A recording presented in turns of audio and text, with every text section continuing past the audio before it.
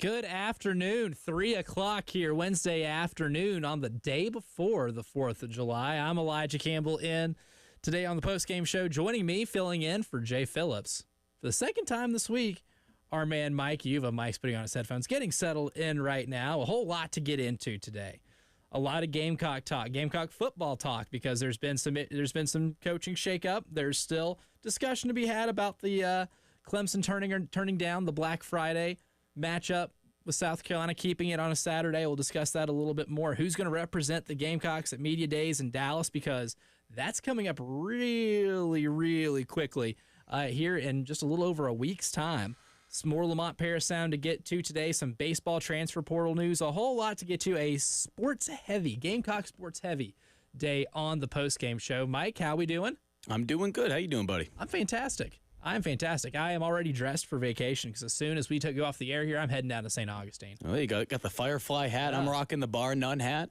See, got the our local Columbia flavor. Hats on. That's Love right. it. Columbia hats with the local flavor and dressed for vacation. So I'm very excited. I know. You look like, Tommy Bahama over here. That's right. Yeah, I actually Get a little pina colada. This guy's ready to go. That's right. I got my linen shorts on, a Hawaiian shirt here, a very floral pattern. I'm dressed for vacation. There you go. I can't get there fast enough.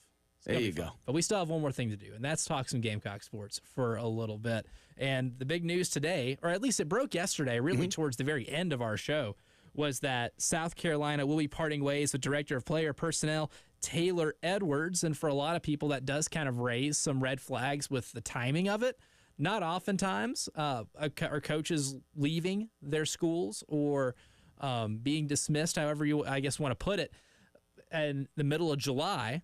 Unless something's gone wrong. Yesterday there's the news that Utah State is parting ways with Blake Anderson. That one's going to be a whole lot more controversial and a whole lot more troublesome as the more details come out. But that's already one coaching change. Usually, again, doesn't happen unless something warranted it, I would say. But what are your thoughts, I guess, when you heard the news yesterday, Mike, of Taylor Edwards leaving South Carolina and kind of leaving that position open for the Gamecocks here in early July? I think the first thing, and I put a little something out there on Gamecock Central today, so I'll get to that in a little bit for those of you who haven't seen it, and good time to remind people, too. Sign up for GC. $1 for your first month. Yeah, it's a good deal. There you go.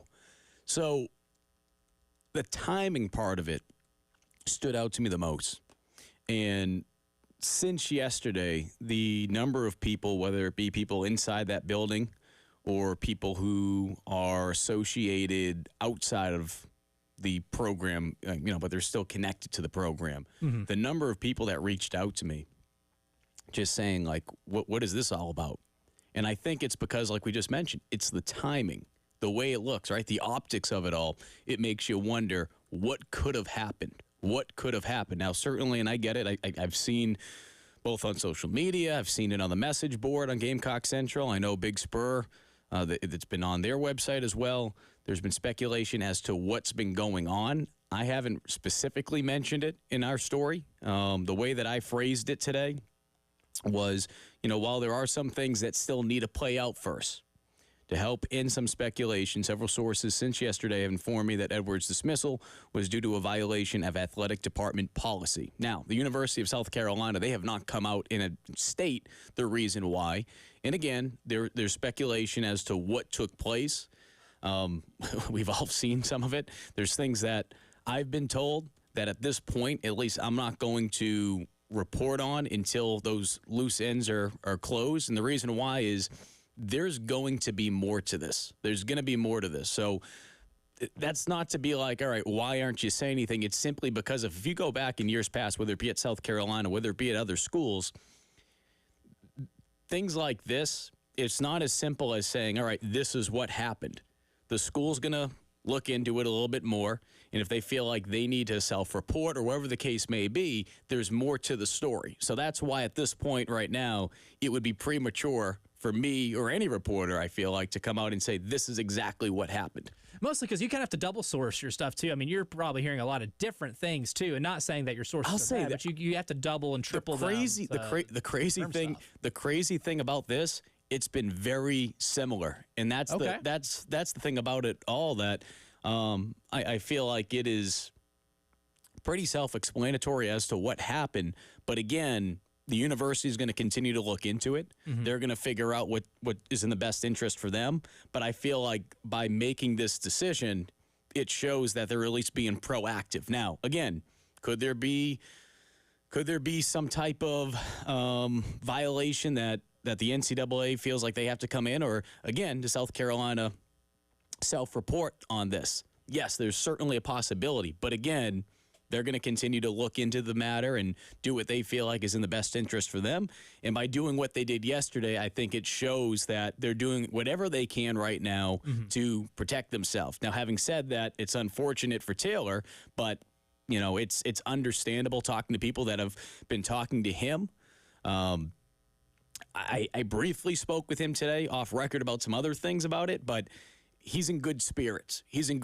Certainly disappointed that he's no longer with the program. I know that he enjoyed being around those kids. I know from several football players reaching out to me, they loved what he was able to do for them in terms of just, you know, how much he cared about them. But, yeah, I mean, it's one of those things that at the end of the day, from a business standpoint, South Carolina has to protect themselves, and I think Taylor understands that.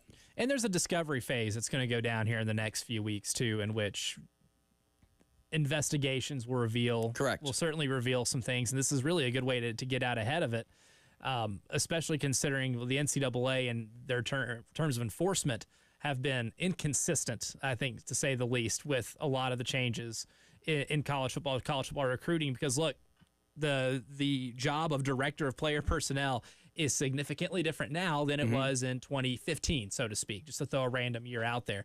It's a whole lot different than what it used to be, and I think the NCAA still has a hard time grasping what are adequate rule violations, what are, you know, ways to enforce things. Like, there's probably not an organization on the planet right now that is struggling more with the enforcement of their own rules because their rules have been illegal for such a long time than the NCAA. But this stuff definitely does kind of feel like a good effort, though, to get out in front of something that they might even see, just if there is a little bit of risk involved keeping them around. And just, I think people can read between the lines as far as what has been out there from a speculation standpoint, what I'm saying, what some of my colleagues out there have been reporting on as well. It's not like Taylor did anything crazy. All right, like, let's just make that clear. I think or intentionally nefarious. Yeah, I think the majority of people listening, but just for those few out there, that's just like, you know, you need some help. You know, I'll hold your hand and I'll help you. I'll bring you to the fridge. It's nothing crazy, but unfortunately, in the world of college athletics, just like anything in life, there are rules, right? So, you know, South Carolina has to look out for them. Certainly. And now this leaves a spot open. I think one interesting aspect about this is the director of player personnel is a pretty important title to have, because in college football you are constantly recruiting and you're constantly scouting. Like, that's the thing too. It's not just that he has to recruit. You have to have somebody in here to watch the tape of a lot of players, because you recruit 2 or 3 years in advance, which means you got to watch more high school tape. You got to watch more tape of other players that are at colleges right now that, if they don't maybe get the reps that they want in 2024, might be available to you in 2025. You're playing 4D chess in this spot. So it's not like, you know, this is your water boy that is in trouble that you have to let go of in early July. This is a very key part of just building the roster. Elijah, and you get it from a media standpoint. I'm sure there's many jobs out there, especially since COVID, I'd say, where now people are doing what they have to do, but now they have multiple hats on. Not exactly the same comparison when I say, okay, since COVID, but now there's NIL, now the transfer portal. So that position, and we'll use Taylor for example, right? He came on board as soon as Shane was hired. I think it was 3 months after. I think it was February or March of 2021. He gets brought in that position. You want to talk about a position that just completely just grew in terms of what your responsibilities are. So whoever comes in here, if they haven't had this specific role, maybe, you know, they've worked, whether it be on this program, at this program or another program, they've seen how things have evolved in college sports. There's so much more to it now because, like I said, that NIL component is massive. The transfer portal is massive. There's popsicle headaches now because even though it feels like, and it was a long time ago with that COVID-19 season, there are still players like, you know, for example, Luke Doty. Like, he could still be here for the next couple of years simply because he's got the COVID year. He had a redshirt year. He had the medical redshirt. Like, there's still that math, too, that you need to figure out. So give Cam Rising a run for his money. Oh, there's so much to it. And that's not trying to, like, say, oh, man, like, woe is that person because, it pays pretty well. But, Right. man, there's a lot more responsibilities in comparison to what it was, say, a couple of years back when a guy like Taylor Edwards first arrived at South Carolina. It kind of mirrors more of like an NFL GM job too when you think about it, because if you think about what an NFL GM has to do, they are not only in charge of building your roster, targeting free agents, targeting draft picks, scouting. They're having to be on the front lines of, okay, this is how much money we have in free agency. This is what we can spend. This is how we can kick the can down the road. My beloved New Orleans Saints did that for a long time, and now they're living in salary cap hell because they did the hypothetical can kicking for a little too long between 2017 to 2021. But in this case, it's kind of similar too. You're allocated a certain amount of funds for NIL. You have to do the negotiating, and if anything, I would say the director of player personnel at an SEC or a Power 4 level is even harder because of just the lack of market that you have in the NIL space. There's just not a ton of transparency to create like a legitimate market. You're sifting through a lot of BS. You're trying to find out, there's just so much more now that, 10 years ago, you don't have in this position, which makes this even more crucial. And while it might not seem when you just read a headline of, oh, South Carolina lost their director of player personnel in July, for future implications, I think it's pretty important that Shane is able to fill this as quickly as possible with somebody who is of quality. Yeah, and I just remember from some of the visits with players via the portal in the offseason, Taylor was constantly moving around, trying to do his best. And I would, sometimes I'd run into him, whether it be at a restaurant, say like Hall's or a fancy restaurant where, they're taking the prospects out. And even though he's not quote unquote working, he's always working, but even though he's quote unquote not the one, like, he's not sitting in that room and he may poke his head. He's sitting back just making sure like, everything's all right. Cause it's one of those things that even though you have other people doing their jobs, it probably feels like one of those jobs that you still want your eyes on with everything. You know what I mean? I don't want to say micromanage, and it's not like he's the boss of, say, Clayton White or Dal Loggins, but like in a way, it's like I'm interested to see how things are going. So I might not necessarily. It's kind of like a combination of a coach, a fan, a this, a that. It's like I mentioned, there's so many different hats that you're wearing. And it's certainly one of those positions that you're truly on the go 24/7. There's no question about it. So whoever they bring in here, I think, number one, they have to understand that. They have to understand that they're going to be wearing a lot of hats. And they also have to understand the situation that they're walking into because we talk about SEC. Yes, the demand for it, no question about it. And when we look at South Carolina, NIL, yes, they have improved. They have caught up over the last couple months.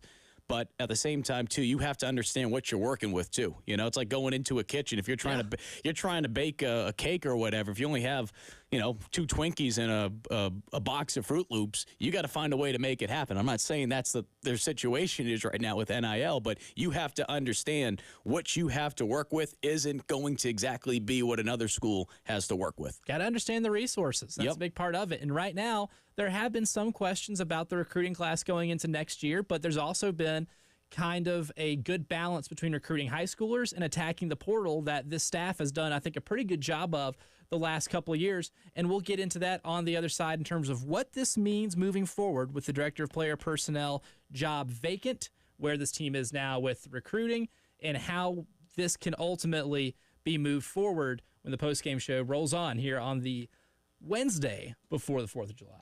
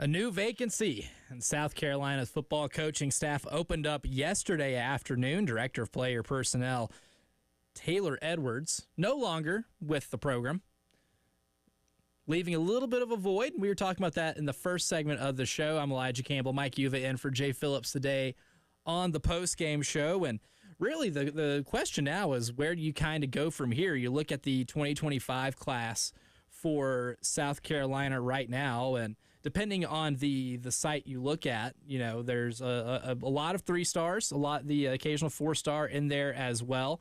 But when you think about losing your director of player personnel in early July, it's a fair question to ask what type of impact that's going to have for a recruiting class that you'd like to sneak inside the top 20, kind of like what you had last year, considering you did so well managing the transfer portal and attacking it and bringing in quality veterans. But Mike, when you look at the situation right now and you kind of assess everything with the current class, what do you think this kind of means for South Carolina moving forward and maybe retaining this talent as well as maybe trying to do what we said and crack into that top 20?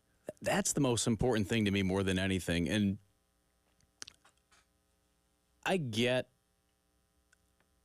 the importance still of being able to have a solid recruiting class. Like, there's no question about it, especially when you look at the teams this year or even going back to last year. Yes, there's something to be said still when you have a good recruiting class, right? I'm not going to sit here and say it doesn't matter. But at the same time, too, it doesn't tell the whole story anymore. Mm-hmm. So when I look at it, does South Carolina still need to be able to have a good recruiting class? Absolutely, right? It goes without saying. But the days of being able to just depend on recruiting from a high school rank standpoint, it doesn't tell the whole story. So to me, you also got to look at retention. You also have to look at transfer portal. South Carolina came in at number 10 this offseason for their transfer portal ranking. And the way that that's calculated is out with the old, in with the new. You figure out the grade for it, and that's how you get what you get. That's how we do it over on 3. So, again, that's not to say if South Carolina had a top 10 class right now, I'd still say the same thing. I know it's like, oh, he's probably just saying it because, you know, they're 22nd or whatever the heck they are right now currently. No, I'd tell you the same thing. I said this to Tyler Head a couple weeks ago. They need to be able to go out there and address certain areas. There's no question about it. But you look at what they've been able to do this recruiting cycle, a lot of edges, a lot of guys in that defensive end room. Not a lot of D tackles right now. And you look at what that class is going to look like after this year because it's so loaded. Mm-hmm. Are they going to have to go into the transfer portal for that position? It seems like they're going to have to. So you look at what they did with with linebackers this offseason. You look at what they did with the running back room. Wide receiver room. From a scholarship standpoint, over 50% of those wide receivers that are going to be in that room this year, scholarship guys, are going to be new faces. So if this was 5-10 years ago, there'd be certain things I'd look at and be like, man, their recruiting class is only that. But at the same time, too, you look at what they've been able to do this offseason at certain positions, that linebacker room. Stone Blanton comes back. Pup Howard comes back. Are you telling me you would feel better about that if those two guys were back in comparison to what they were able to do this offseason, bringing in some veteran players? Look at that running back room, right? Mm-hmm, so definitely. You know, I just don't think it tells the whole story anymore, but I'm not going to sit here and say, oh, it doesn't matter. Of course it still matters. Yeah, definitely. I'm almost actually surprised when you mentioned the stat about wide receivers and who's coming back. You said about 50% is new faces, which is an incredibly high number anywhere. But I was almost thinking it might even be more just because of how many guys they did bring in from the transfer portal. And we're definitely going to get to that later on in the show, asking, can any of these guys make a jump that Xavier Legette made? Maybe not that type of production, but is there anybody that can come out of nowhere to end up being that number one guy? Because there's really not a clear-cut number one right now. But you look at the class going into 2025, a lot of potential talent there. Maybe not as much that's recognized. Again, they're outside the top 20, and you kind of want to get back into that right now, but that's going to be a huge, huge aspect of getting into that is landing a couple other recruits because we're not going to know, obviously, transfer portal stuff until the season ends anyway.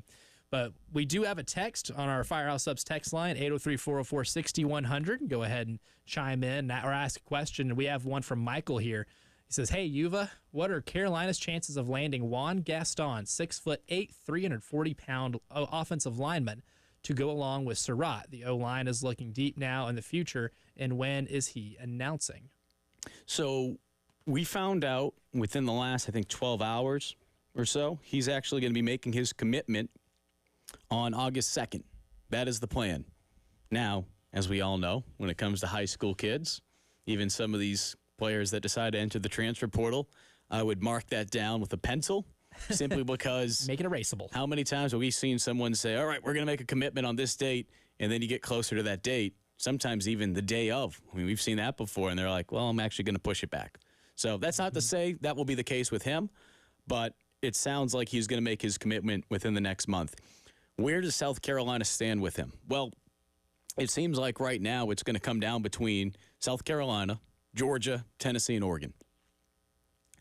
Georgia right now, if you're on 3 and you're looking at the recruiting prediction machine, Georgia heavy favorites to land him. And I say that it shouldn't surprise people. No. But, the Gamecocks are going to do everything they can still to make a push for him. So we'll see how things play. I think it's always tough. Never mind the fact that you're going into a big boy recruiting battle. And South Carolina has won some of these big boy recruiting battles, right? You think of a guy like Dylan Stewart, yeah. Nick Harbor, right? I mean, Josiah Thompson.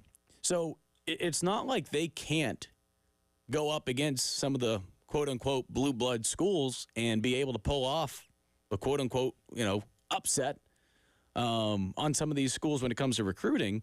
But it makes it that much more difficult, certainly, when you're going up against a school and that young man is from that state. That doesn't mean he can't leave the state. I mean, if anything, it's not like we're talking about, I don't know, a guy in, Pennsylvania, right? And they're going up against Penn State or, they're in the state of Michigan. You're going up against Michigan. I mean, Georgia's right next door, right? So...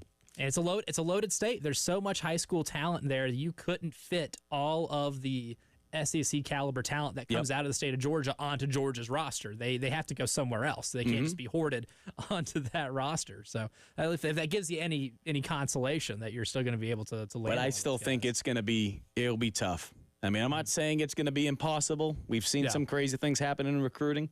But if you had to ask me, I'm giving Georgia the leg up right now. Yeah, and that's, big boy, 6'8", 340.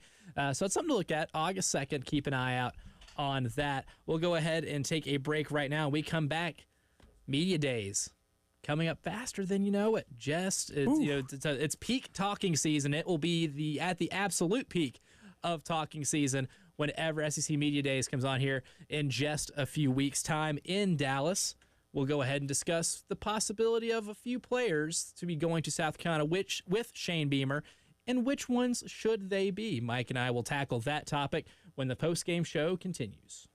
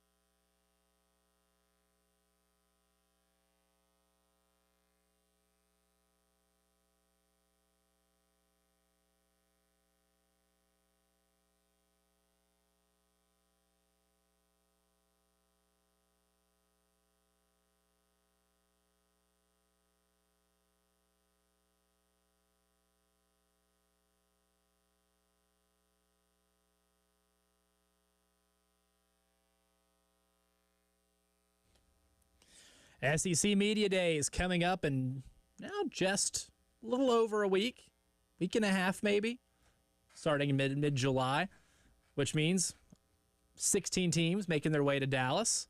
I think we probably have the longest way to go out of anybody else now that I think about it. Is Gainesville further from Dallas than Columbia? I'd want to say yes, but I mean, I wasn't great at geography and, My Florida geography is really bad. Pretty good at most geography. My Florida geography is not great. Yeah, listen, I get it. I get that the SEC, they want that freaking aerial shot on TV, okay? But let's call it for what it is. SEC Media Days, and I know it's going to sound like, all right, you're just complaining because, media. I get it. That's fine. There's no reason for this to be in Dallas.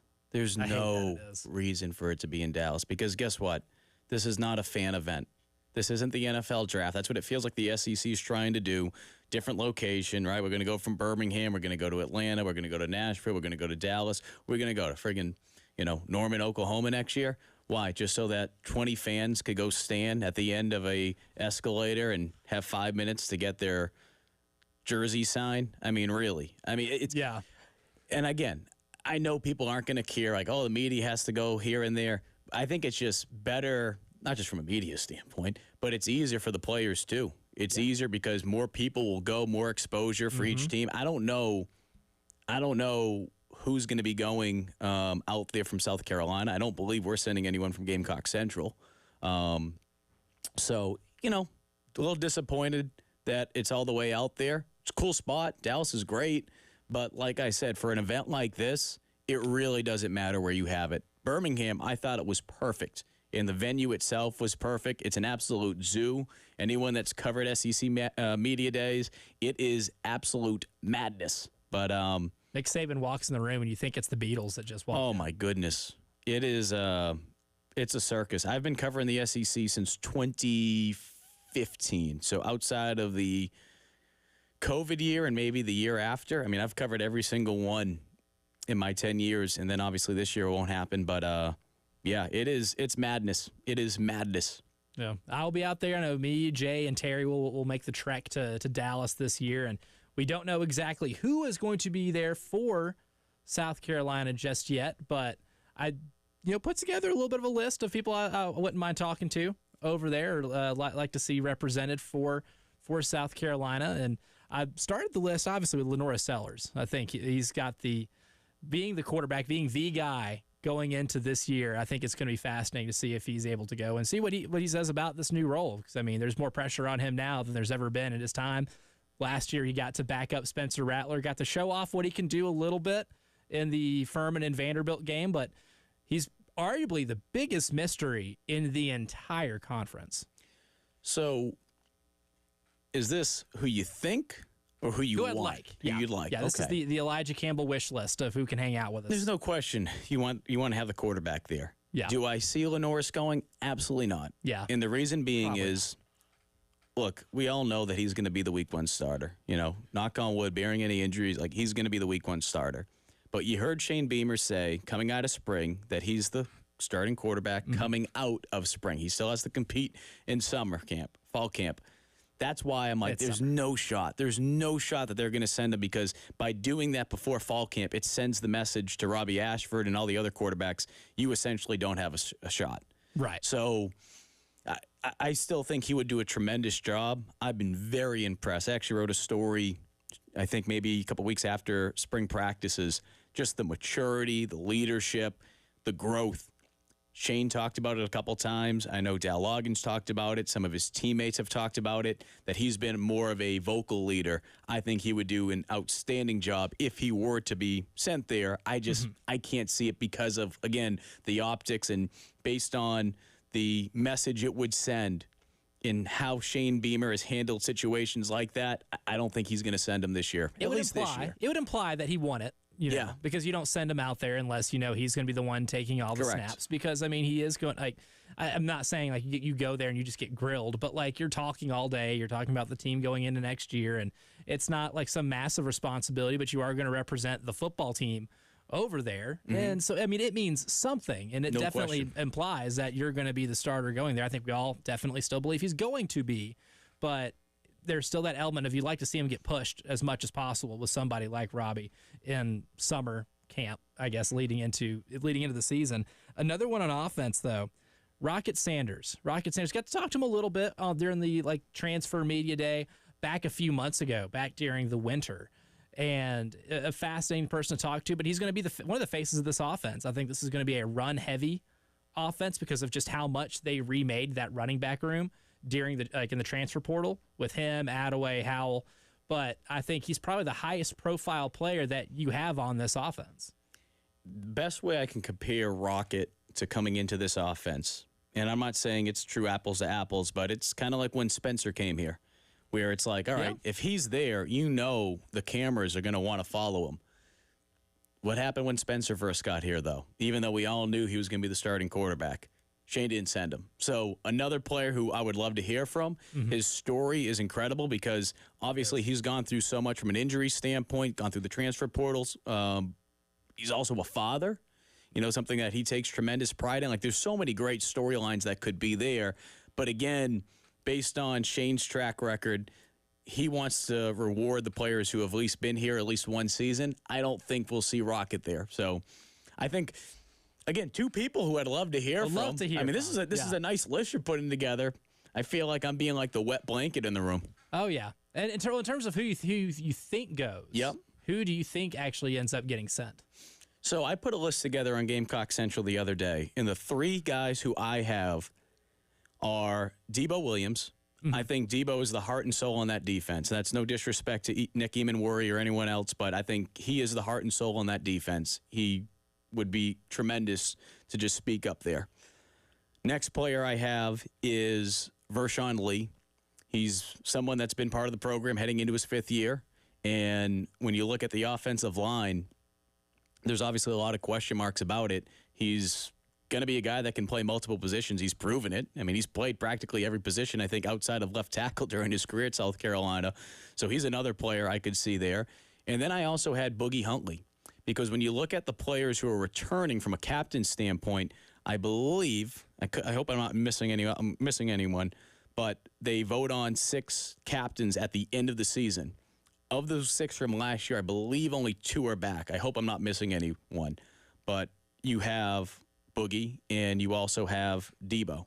So those were my 3. I did an audible mention. I said I could see Luke Doty going there, and maybe a wild card. I had Hunter Rogers. Hunter Rogers, long snapper, because he was first team All-SEC coaches selection. Yeah. Arguably the best long snapper, not just in the conference, but one of the best in the country, too. He's been with the program for forever, and if Shane was going to reward a special teams player, sometimes he wants to. He has a special teams guy. He has a soft spot in his heart for long snappers because he was a long snapper back in the day at VTech. So those are my 3. But those are my 2 wild cards. That's not to say, I think Juju McDowell would be great to listen to. I mean, there's so many great players that you could pick from. Nick Eamon-Worry being another one. Nick Eamon-Worry down here a little further on my list. But, I'm going with those 3. And then, like I said, I could see Luke just because he's been here forever.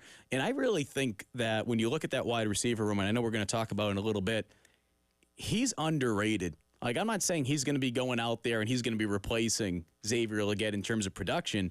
But at the same time, too, I don't think people are paying close enough attention to what the players are saying, what the coaches are saying as far as what he's doing on the field in the spring. They're like, this guy's catching everything. And he also has a quarterback mindset, that IQ, where he can be that safety blanket for a guy like Lenora Sellers. He certainly did that a couple times last year with Spencer, but now he's continued to be able to learn the position. Doty, not just from he's a good character, works hard, blah, blah, blah, blah, blah.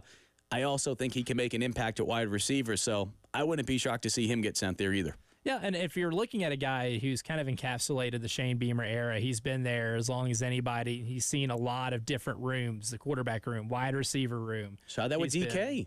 To carry on Joyner essentially did the same thing, and we saw DK get rewarded 2 years ago. Yeah, exactly. And the Doty angle's fascinating. That's something I'd love to talk to him about, too, if given the chance. Is exactly how the culture of the program. I know culture is like the ultimate coaching buzzword on the planet, but how that kind of has evolved since he's come on to campus. He would do an awesome job. He would do an awesome job in Dallas. Again, a lot of those guys would do awesome, but I think he'd be fascinating for sure.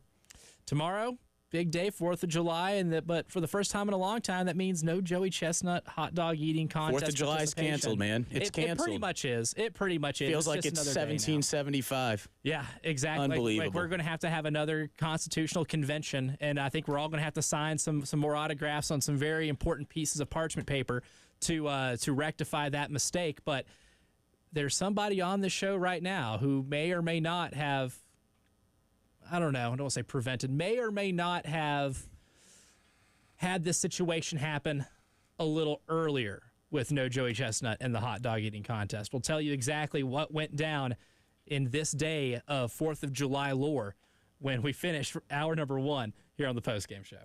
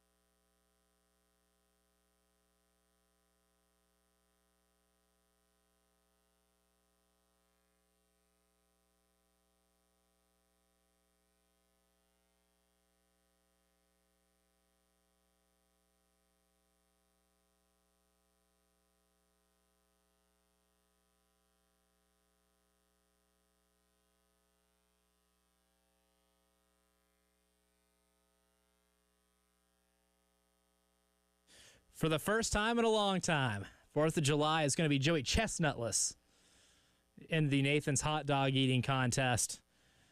And I don't have the numbers in front of me. Didn't research, how many years in a row Joey Chestnut won. But it is like John Wooden UCLA-esque domination.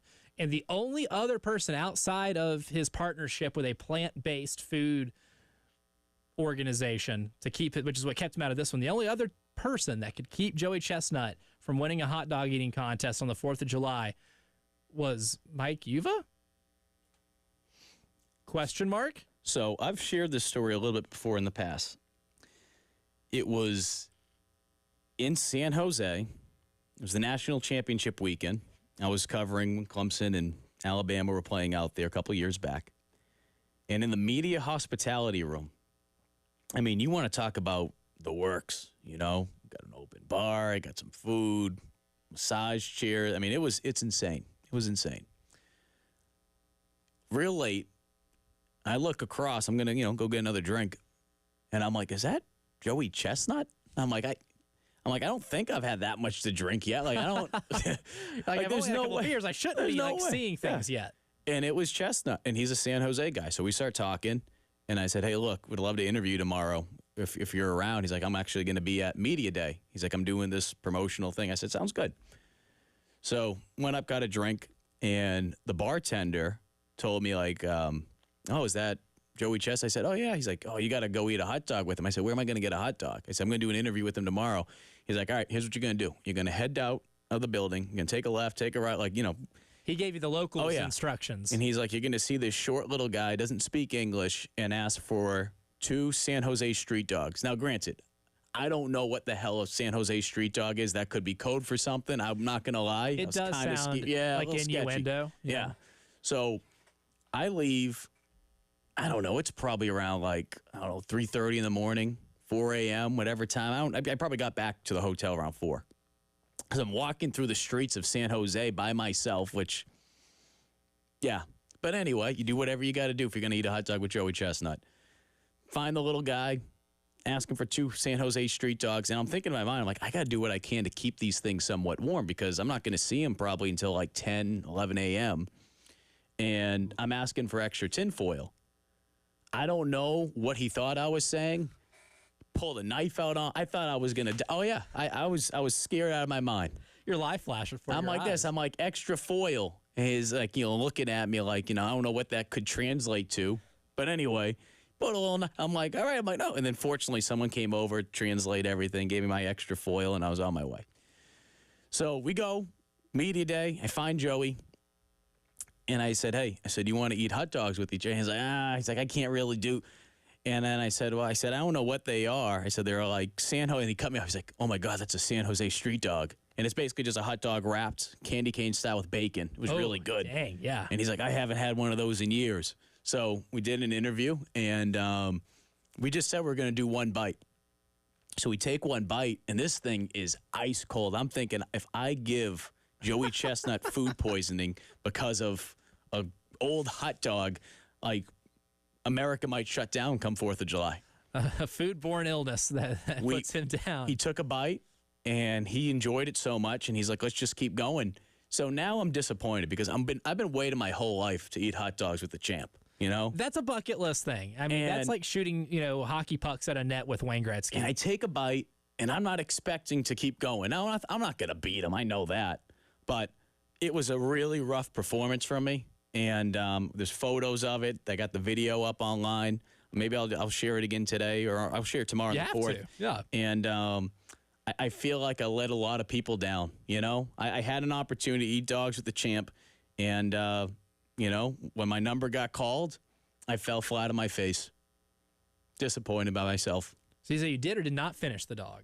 I think I did, but not on camera. I mean, he finished it in 10 seconds. He probably inhaled it. Yeah, he's like, once he got to, because you guys did say you're just going to do a bite, but I think once he made that realization that he was going to finish this hot dog, it's curtains. Oh, because I took a bite. I'm having a conversation with him, and he's like, "Let's just keep going." I'm like, "Okay." So now, he's and I'm like, "Wow, I'm really falling behind." So now I'm just glad I didn't choke or throw up in front of a camera. That would have been awful. Like, like Reese Davis walking behind and then he steps in something. That would have been great. See, I could never I can eat a lot of food. Like, trust me. Back in my day, I have put away a ton of food before, but I don't know if I could do it quickly like that. That's the thing. What I'm a food slow would eater. you be able to eat, you feel, quickly?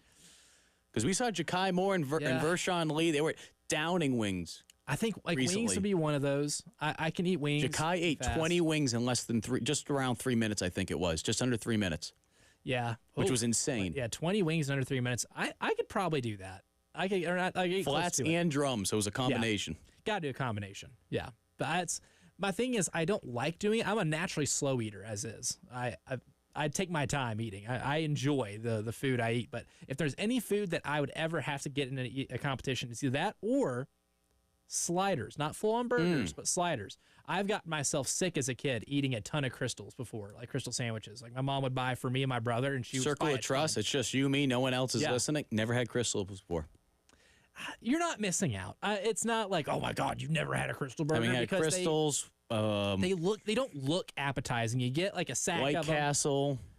I haven't had White In and Castle Out. better than that. Yeah, I've had Whataburger once, but I love Whataburger. That's Yeah. the best one. If we are drafting, burgers, it's Whataburger number one for me.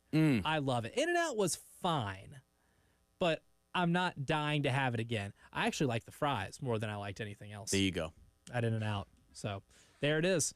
4th of July tomorrow, no Joey Chestnut, and it wouldn't be the first time we almost didn't have a Joey Chestnut sighting on the 4th of July. Hour number 2 coming up, Lamont Paris basketball talking a whole lot more as we keep on with the postgame show.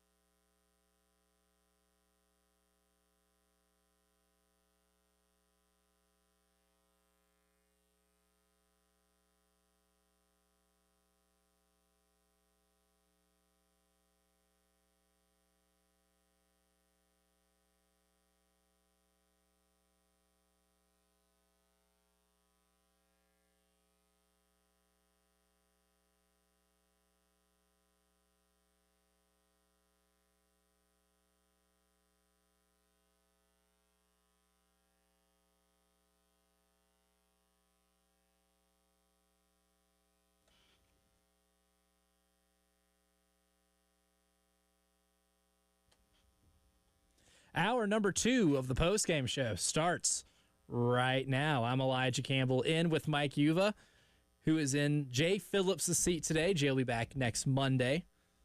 Get the gang back together again. But having a fun time with Mike. We just shared the Joey Chestnut story. If you didn't hear that, go ahead on our podcast page. It was just uploaded, 30 seconds ago, of the story of Mike Eva almost giving Joey Chestnut a foodborne disease. Yeah, that would have been good. That wouldn't have been good. So I'm glad from a timing standpoint that I didn't share dogs with him this year, because then in the back of my head, I'd wonder, did I screw this up? Is it my fault? Well, now this year, because he's going one-on-one with Kobayashi on that Netflix special, if you gave him a hot dog that's been sitting out for 12 hours, he might accuse you of being an agent. Have you seen, what's really funny, and I don't know if he's listening, he's probably getting ready to do the news, Rick Henry over at WIS, he gets so angry when I call Joey Chestnut one of the greatest athletes of our generation.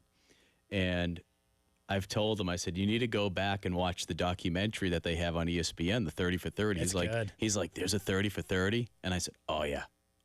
And you got to watch it. It is awesome.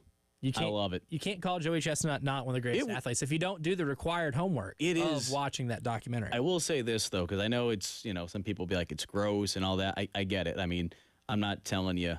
I'm not eating while I think it, that's for sure. It's appetizing, dunking in the bread with the water and all that. But it is insane, though, how much work goes into this for the guys that are the elite eaters. And they take you behind the scenes of how a guy like Joey Chestnut trains.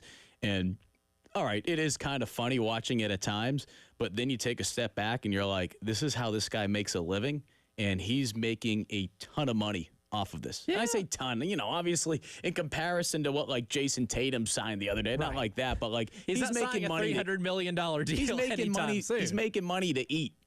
Which is a dream job. Honestly, that rules, man, even if you have to get a little messy, because the dunking the bread and soaking it in the water is disgusting. And some of these guys, it's so gross. Like Kobayashi, but some of these guys have six-packs still, they train, and it's insane. It's nuts. I couldn't do it. But being paid to make making a living just eating it sounds fantastic. But yeah. No Kobayashi, 4th of July this year at the hot dog eating contest. So there'll be a new champion. A whole lot of Gamecock stuff to get into today as well. We really tackled the football news of the day with the departure of Taylor Edwards from the director of player personnel in the first hour. We'll get to that in the third hour.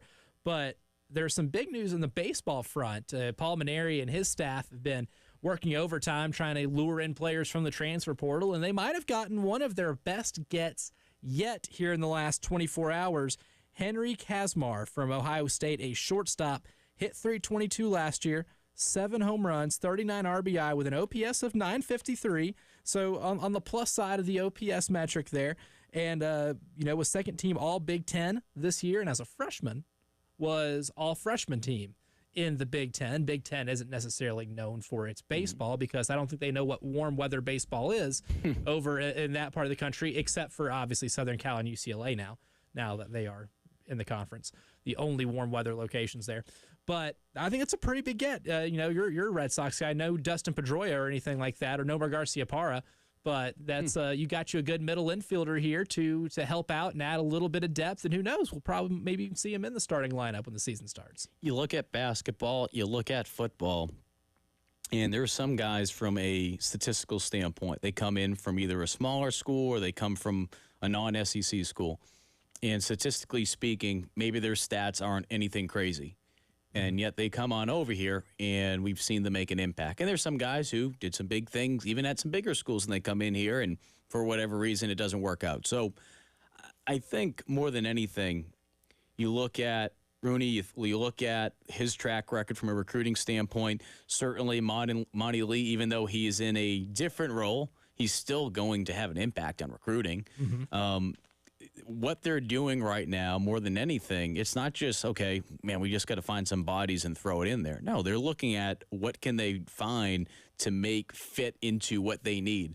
And it's easy to get caught up with the stats because, shoot, if I'm doing a story on a transfer player, regardless of the sport, obviously I'm going to throw statistics in there because fans and people, everyone's interested, right? If Conveys how productive he was. If I'm reading a story about someone transferring from a different school and I'm clicking on it, I'm going to look at the stats, but that's not always going to tell the full story. So I'm interested to see just how some of these players that are coming in, what the ultimate goal is as far as what their role is. We saw that in basketball this past season, right? I mean, that's the big thing now with the transfer portal. It's not one of those things where, okay, it's going to have to take 3-4 years to be able to rebuild. Certainly there's going to be cases like that. But at the same time, too, and I'm not saying South Carolina is going to make a big push this year. They might. But you're able to at least compete, I feel like, a little bit earlier if you're able to go out there and get those guys. I mean, no one gave Lamont Paris in this basketball team a shot heading into this past season, right? Picked to finish last in the SEC at Media Days, and what do? They make it to the tournament for the first time since making it to the Final Four during that 16-17 season. They played for a regular season championship in March. Unbelievable. Like the last home game of the year, you had a chance to clinch a regular season title for a team that was picked last. And that's the thing with what Lamont did that I think Paul and his staff are going to have to do on the diamond this year is you might not necessarily be big game shopping or hunting for talent in terms of what's in the transfer portal. Like all those guys for Texas A&M that entered their name. You know, maybe you're not going to be in on a Jay Slaviolette or a Caden Kent, but you're going to be in on a lot of guys that might fly under the radar. It's not like South Carolina is, you know, in a decrepit state. You still have really good bones, but you have a lot of players coming back to where you really just need to find good complementary pieces.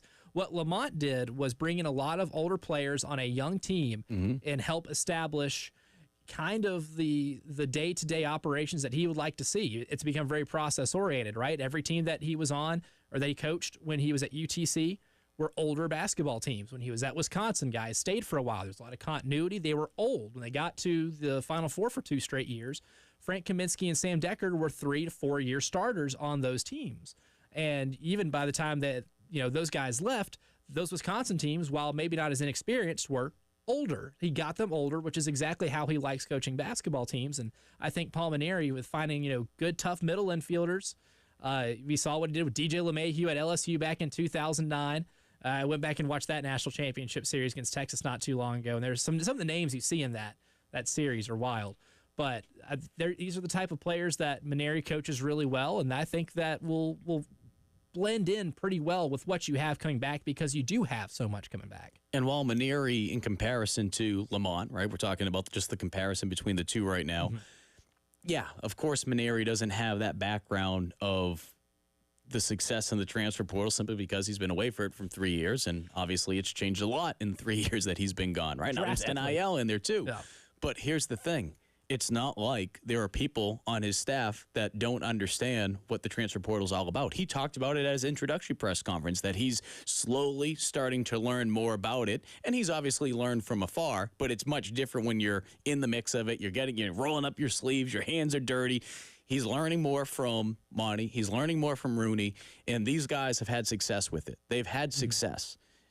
Being able to understand what the portal's all about and blending it in with what makes what he believes a successful program is what it's going to ultimately come down to. I mean, I'm not saying anything that people don't know already, but how does that gel? How quickly can it gel?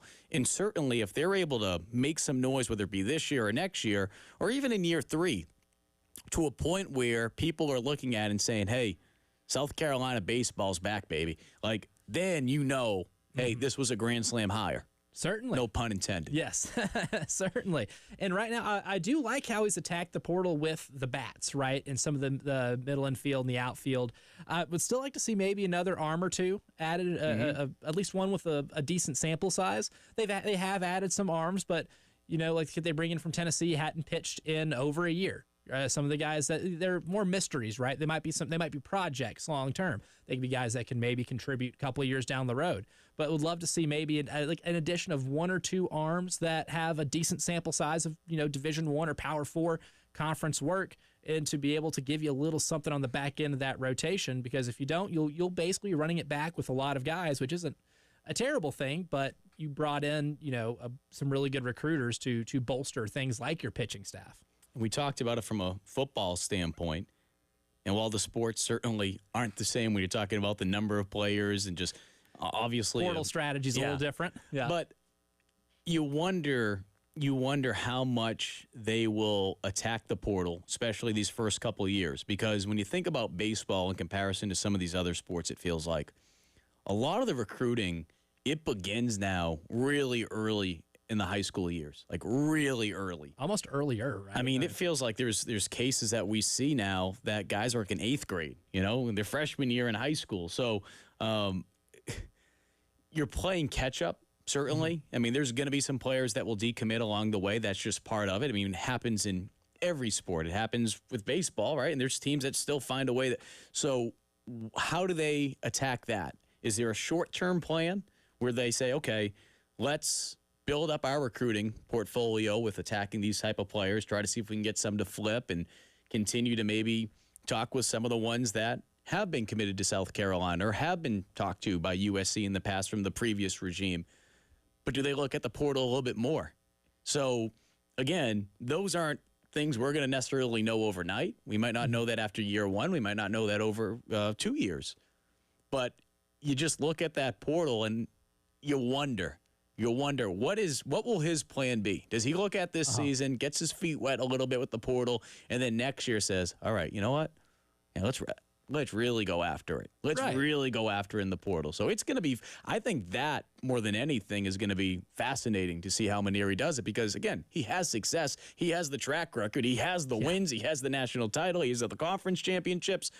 What does he do with something new now? And how does he adjust to it? And how quickly does he adjust? And how much will he use it? Because when it comes to just the production on the field and managing the game, having a good feel for the game, being able to use the information that is at your disposal and being able to apply it in these in-game situations, he's as good as it gets and as good as that there is maybe in the country right now, even after taking some time off from coaching. And one thing that, if you're a Gamecock fan, should make you feel really good about the attitude towards portaling is that he acknowledges that it's not his forte right now. He leans heavily on the assistant coaches, especially John Hendry, who's coming in from Virginia, who's from a major baseball family, whose dad, helped engineer the Cubs when they got to their World Series run, who's now currently in the front office of the New York Yankees. They're doing pretty well right now. Didn't beat the Reds last night, so that was cool. But he's seasoned, and he's a guy who I think Paul mentioned, they were talking about John, what he knows of John, and how how advanced he is in terms of preparation, in terms of the recruiting the transfer portal. And that's got to get you incredibly excited because the guys they have coming in this year, even though they might attack it harder in years to come, the guys are getting in are very well studied. It's very well thought through. It is the research has been thorough, and it is good enough to know that if they are extending the offer, it's because they know they can help right away, and they feel pretty good about being able to apply that because he trusts these assistants enough who have been, in the weeds with portal recruiting, that he can bring in the guys that Paul can use at certain types of games. Well, one thing you said, the adjustments. What was one of the biggest knocks on Mark Kingston is that they felt like they weren't able to make the proper adjustments. And I'm so glad Mainieri mentioned this during his press conference. And I'm paraphrasing here, but he's like, this isn't a bad program. This is a team that's not like in the basement of the SEC. He didn't walk into rubble. This is a team that, and obviously there's going to be some pieces. We have to see what happens with the draft. We have to see, what kind of additions they continue to add to this year's team and for future years. But this is a team that they were close. They were close to being able to get over that hump multiple times. How many games? One-run games. Look at the SEC tournament. I know, you're trying to forget it. You're trying to get that PTSD out of your head. But there were times where they were so close to being able to get over that hump. Having a guy like Mainieri, I don't know. I don't know how much of a difference it will make right away. But, again, like you said, that was one of the reasons why they wanted to bring him in, because of that track record he has. And I like how we've compared his portal approach to Lamont Paris's approach, because when we come back, we'll talk about Lamont Paris's approach to the transfer portal and exactly how they are going to shape up going into next year. Lamont spoke to the media a few days ago and had some interesting thoughts on what the team looks like going into the next season when the postgame show continues.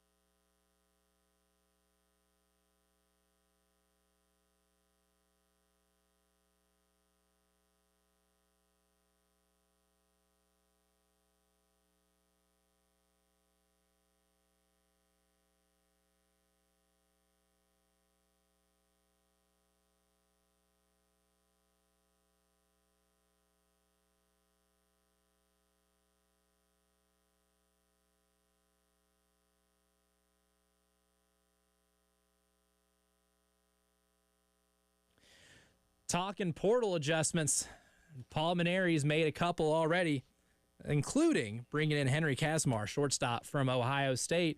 Another coach here on campus who has done a fantastic job with the transfer portal, turned a team that was picked to be 14th, which used to be last place in the SEC, now it'll be 16th, but was picked to finish last and got them a game away from winning an SEC regular season title. Well, Lamont had to hit the portal again, and his crew was in the gym the last couple of weeks, and he did his own press conference to kind of give an update on the team just a few days ago. And one of the biggest question marks on the team is, how do you fill the role of somebody like Talon Cooper? Talon was a point guard who came in a year after being tops of the Big Ten in assists per game.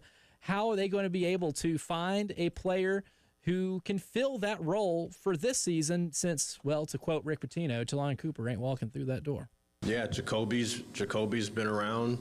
He's been a huge part of what we've been able to do. He knows systematically. He's comfortable with what we do and well versed in what expectations are and all that. So he's a guy. Obviously, Jamari is another guy that we brought in by way of the transfer portal with an expectation that he would go out there and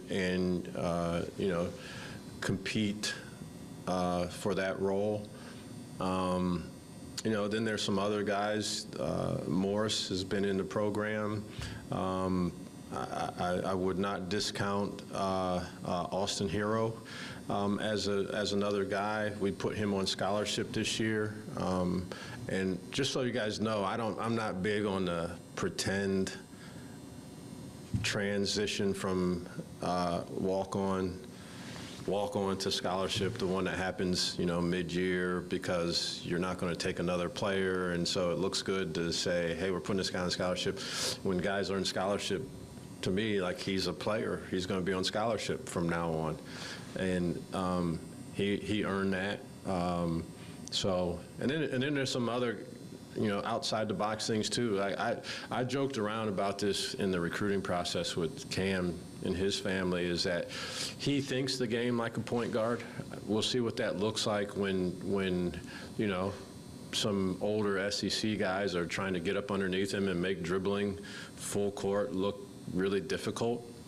But he thinks the game that way. He's got a really good feel for the game. He can pass. He's long. You can see over top of some of these other guys. So, it'd be fun to try to figure. That's part of what this whole process is in the summertime. Just seeing who emerges in what role and what that looks like. And I'll tell you this much: all the roles are valuable, and I don't say that for lip service. We had some guys that didn't play at all last year that were extremely important. We had some guys that played sporadic minutes that were all over the place here and there. We won. I think we were 12-1 to start the season with Stephen Clark doing the yeoman's work at his position until Colin was really ready to come in and transition into that role. So we value all those guys' roles. It's a fun process. It's what makes this whole thing so fun, is to be able to learn and grow and have some successes and some challenges and then respond to those things. And so there'll be a lot of guys out there. Everybody, honestly, will have a chance to prove what they can do.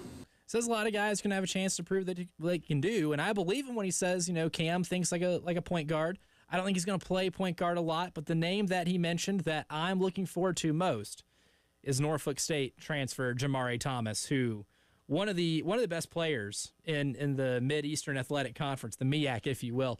I thought that was a very underrated get for them, and when you play point guard for a Lamont Paris coach team, Mike, it's you got to be able to control the pace and be measured, not commit silly turnovers, and be able to do a lot of the little things that Lamont Paris coach teams do really, really well. And he's experienced enough to where it makes me feel confident that maybe you don't replace all of Talon's production, but you're able to get a guy in there that has played a lot of college basketball and that you can trust to help take you the next step forward.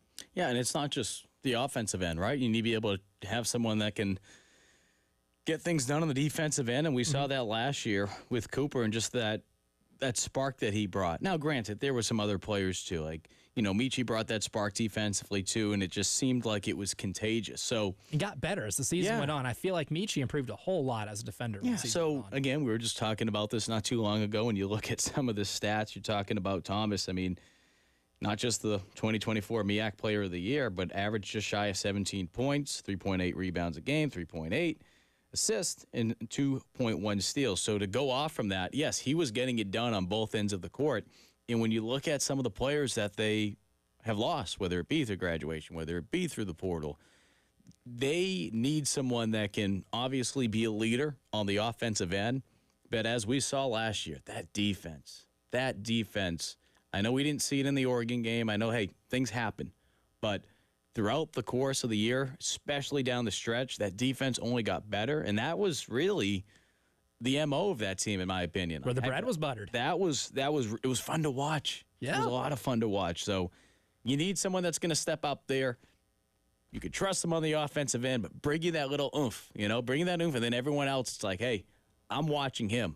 He's leading by example. And I think, Jacoby Wright could be someone, too, that steps up. He's been with this program, which feels like forever. We joke about that with, like, a guy like Vershawn Lee or Luke Doty from a football standpoint. Basketball-wise, Jacoby's been there. And I'm glad he's still there, because it would have been real easy for him a couple of years back to say, hey, you know what? I'm going to go somewhere else. And I think a lot of people would have understood. But instead, he just continued to work his tail off. He found a role last year, and I expect that role to be even bigger this year, even with some of the additions like Thomas, excuse me. Yeah, and Thomas defensively, because like Norfolk State wasn't necessarily locking down people defensively, but he was the best defender because he created a lot of turnovers. He forced a lot of havoc.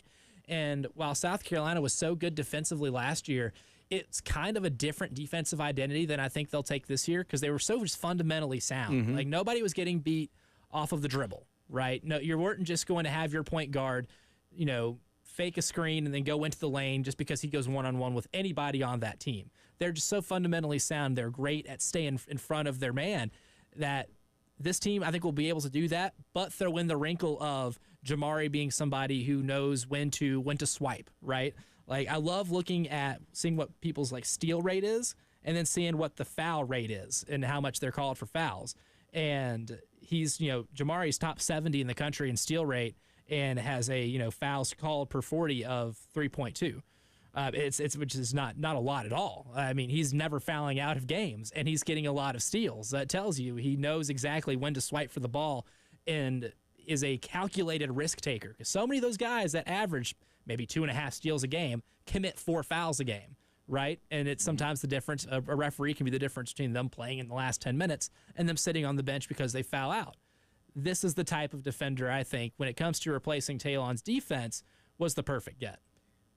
To me, what it's going to come down to is how quickly do they buy in, especially the new players, but obviously as a whole, right? Because you could have some players that are returners, but how do they mesh with some of the new faces? How quickly are they going to buy in and trust what Lamont's doing? Because you look back to last season, I remember asking this question to BJ Mack a couple times, and even like a Michi who had been here for a year already, but being able to get guys that come in from different schools and they buy into what Lamont is preaching, right? Because at first, it might not necessarily look exactly the way as the finished product's going to be, but you go back to last season, this team quickly bought into it, the identity, especially in the defensive end.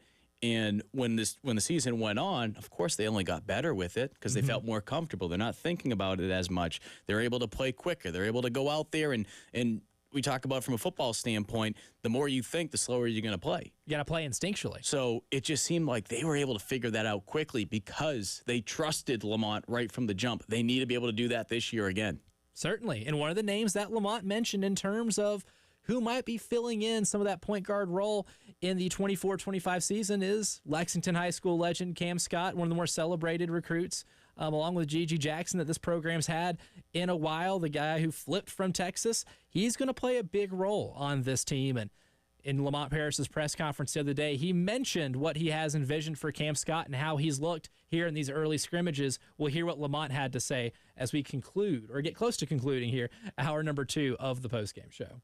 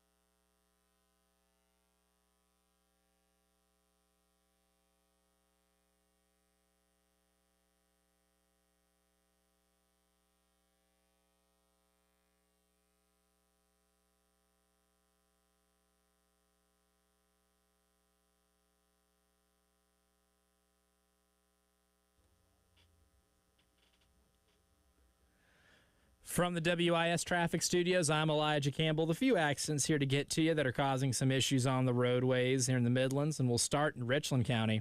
We have an accident on Stone Ridge Drive at Greystone Boulevard, causing some mild traffic backup. Got another one on North Main Street near Wilkes Road, and on I-20 westbound just before the Monticello Road exit 68. In Lexington County, we have one to get to right now on I-26 westbound. That's going to be just after the St. Andrews Road exit 106.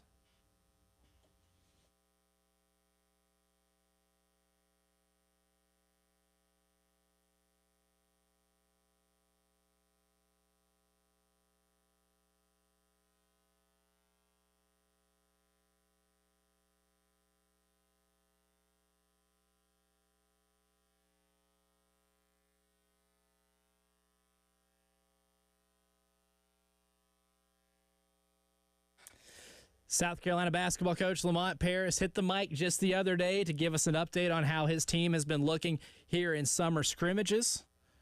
Nothing official just yet, but giving an update on the team. And one of the, I guess, more highly anticipated entrances or recruits for this Gamecock team in a while has been Cam Scott, former Lexington High School player, won a state championship this past year, announced that he was flipping from Texas to South Carolina on these airwaves with Bill and Preston and Jen in the morning show not too long ago. And of course, you know, when Lamont's being talked to and asked questions about how the team's looking, the role of Cam Scott is going to be one of the bigger questions, and seeing how exactly he's going to assimilate not just into this offense, but into the culture of the program right now. And Lamont was asked about how Cam's looking so far, and here was his response.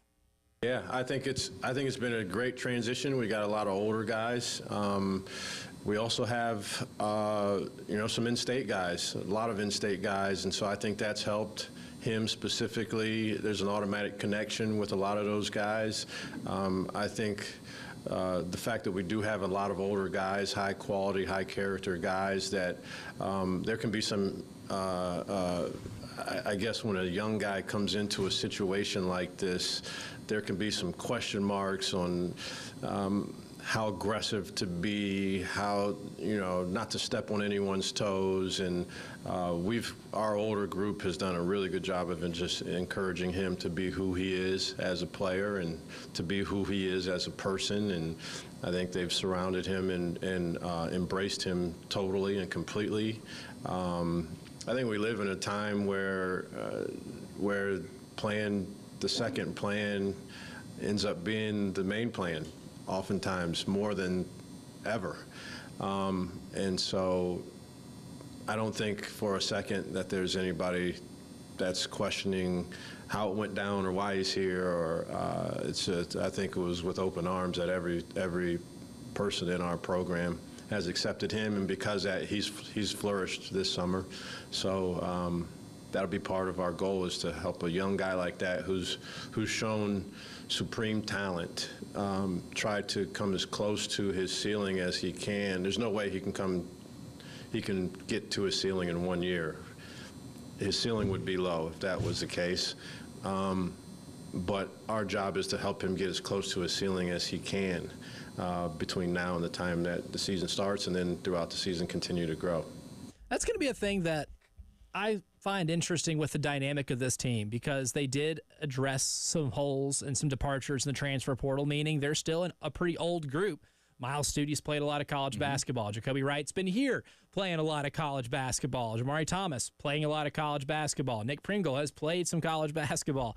That when you're someone like Cam's age as the freshman, a highly touted freshman coming in for your first year, finding that balance of when to start taking a lot of shots, when to be aggressive, looking for your shot, maybe being aggressive off the bounce, can be one that could be a little bit of a hurdle when you first start playing with a new group that's, for the first time in your life, significantly older than you are. One thing that's not getting talked enough about, I feel like, with Cam coming to South Carolina, we know that originally he was committed to Texas.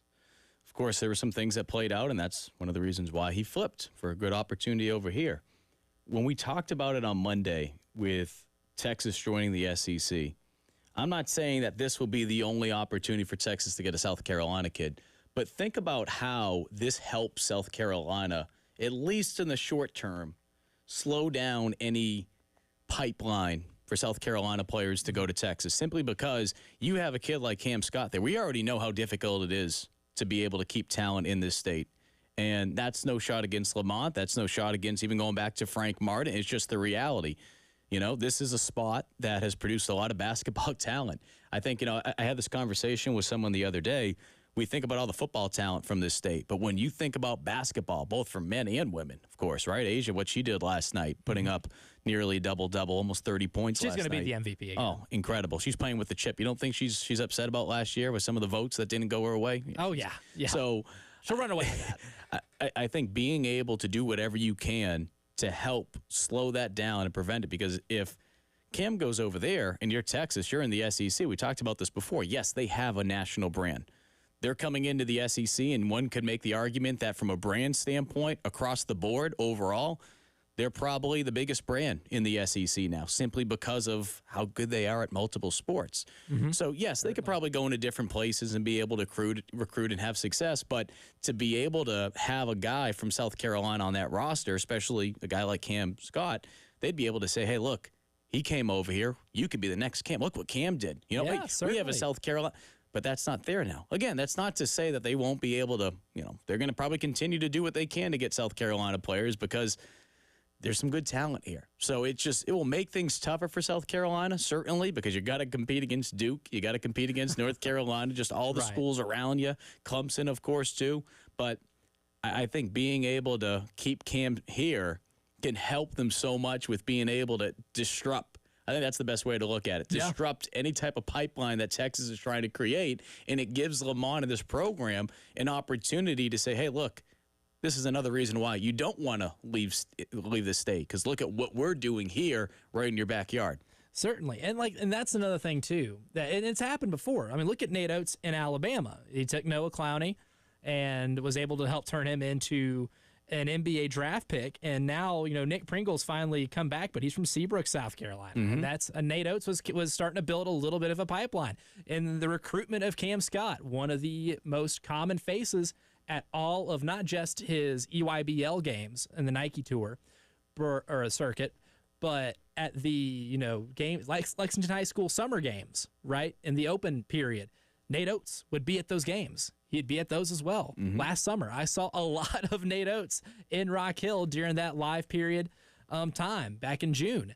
And he was there trying to seal the deal on Cam Scott and was making really good connections with him as well.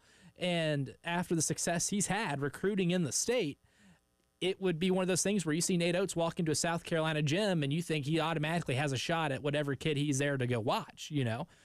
Being able to have Cam stay here and, like you said, keep Texas from making a ton of inroads in the state, help secure the talent that you do get coming out of here. Because you're right, there's a lot of underrated basketball talent coming out here. Just look at the NBA. I mean, Aaron Nesmith from the Charleston area played key minutes for an Indiana Pacers team that about messed around and went to an NBA Finals. They ran into the buzzsaw that is your Boston Celtics, but there are all types of South Carolina, you know, players in the NBA right now. There's a lot of talent here, and the more you can keep here, the better it's going to be for the future of the program. No question. And you look back to that Final Four team, and I know people don't want to hear Frank Martins. I get that. But when you look back to that 2017 team, what made that team so special? It's because they had some really talented guys from South Carolina that they were able to keep in state, starting with Sindarius Thornwell, who was the SEC Player of the Year that year. Dozier, right? Dozier had an opportunity to go elsewhere. So it's not to say that you can't win with players that aren't from the state. I think everyone understands that, you know, you're not going to be able, I think we see this a lot in football. You're not going to be able to just win with just South Carolina talent. I mean, you go back to obviously around that time period when you were having Alshon Jeffrey and Clowney and Stephon Gilmore and Marcus Lattimore, right? Like, okay, that goes without saying. That's like, I don't want to say once in a blue moon, but it's pretty dang close. Age. Yeah. Correct. So from a basketball standpoint, you want to do everything you can to be able to keep some of that talent in state. At the same time, too, you know you're going to miss on some guys. You're going to miss on some. But if you can keep some of those guys, too, man, what a difference maker. What a difference maker it can make. And hopefully Cam is that guy, not just from a talent standpoint, but he can also be a guy that Lamont, Kerry Rich, and this staff can point to for in-state guys and say, hey, look what happens. Look what happens when you come here. Gigi Jackson, okay, you know what? He fell to the second round. But look what Gigi did this year when he had his opportunity. Mm-hmm. I mean, and now he just signed a bigger deal. He's going to be in a situation next year where he's going to be playing even more. And for people that know a really good team. For people that know basketball too, it was an awesome opportunity for him to go to Memphis because they have a really good track record as of late for their development. And we saw that early on, right? Gets there, gets his feet wet, gets an opportunity just because of the plethora of injuries that the Grizzlies were dealing with last year. And when he got his name called, he made the most out of it. Yeah, which also includes another South Carolina kid, John Morant. Yep. He's pretty good too, from what I've heard. Not bad. Yeah, pretty good basketball player. Yesterday, Mike Gillespie and I talked about the South Carolina special teams needing to bounce back.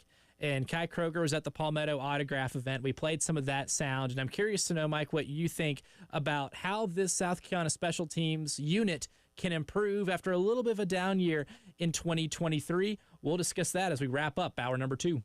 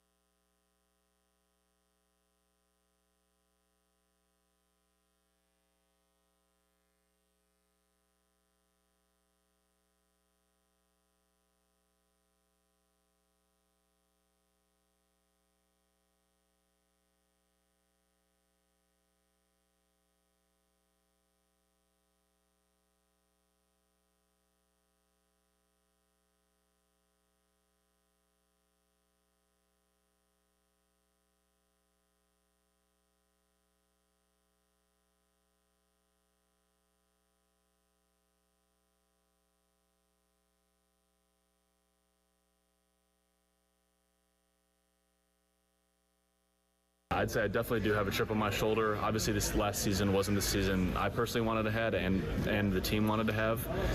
But for me, I try to take away things that I was able to overcome. A lot of stuff was happening off the field and on the field, and just kind of learning how to handle the mental side of it, because that was definitely the hardest thing for me last year. But like I said, it's just being grateful to have the opportunity, and every time to go out on the field is a blessing, and that's kind of how I'm looking at it. That is Gamecock punter Kai Kroger just a couple days ago at the Palmetto Autograph event, talking about the chip on his shoulder going into the fall. Elijah Campbell, along with Mike Eva, filling in for Jay Phillips today on the Postgame Show. And Mike Gillespie and I talked about it yesterday in terms of what this Gamecock special teams unit needs to do to improve a little bit, because they took a little bit of a dip, and Kai Kroger specifically, as his punt average went down from one year to another. Not a drastic difference, but they didn't have the special teams edge that most, teams with the Beamer Ball moniker often have on a week-to-week basis, really. Yeah. But when you listen to that, you know what you know around this team, being around them as much as you are. What's one thing about this special teams unit that you think can be different aside from the coaching change, which is also going to have an impact? I think the fact that there's more experience now with some of those younger guys that took over some of the roles on special teams. I remember Pete Lembo talking about that a lot last year. And when you think about just how thin this team was at multiple positions, it really forced them to take off some of their key special teams contributors, and they had to play younger players or guys who were not used to playing in those roles. Now, is that an excuse? Certainly not. Next man up, and we know that when you come to South Carolina, certainly heading into year 3, players should understand if you come here, special teams is equally as important as offense and defense. Like, they're going to treat that thing with a purpose, right? They're not just going to go out there. I've been part of programs where there are special teams. You go out there and it's kind of like, you're going through the motions. And then I had a different coach. He's now the head coach at James Madison, Bob Chesney. He treated that thing like it was as important as offense and defense. And I mean, you go look at his track record, wherever he's gone, he's made an impact. There's been guys playing in the NFL now because we were just talking about one of my teammates. He's the long snapper for the Buccaneers, but Deontay Hardy used to play for the Saints. He's with the Ravens now. So I bring that up because Beamer, certainly it starts with him. He cares about special teams. And I think a lot of those players when they got here, I don't think they fully understood the impact that they were going to be able to make in having to attack special teams that way, because, you come from a different height. You come from a high school rank. Maybe you didn't play special teams at all. Or if you did, maybe it was one of those things where it's just like, all right, we went out there and you got relegated to it. Yeah. So I think there's going to be more purpose when they take the field. I think guys are going to truly understand how big it is, because even towards the end of the year, Lembo was just talking about in some of those press conferences that guys just weren't where he wanted them to be. Now, they did some good things at times, but like you mentioned, there weren't as many block kicks. I mean, certainly teams are going to be more prepared for the fake punts, right? I mean, Kai Kroger at one point, he was throwing a perfect score, for crying out loud. He was perfect through the passer air. Rating. Yeah, his passer rating was insane.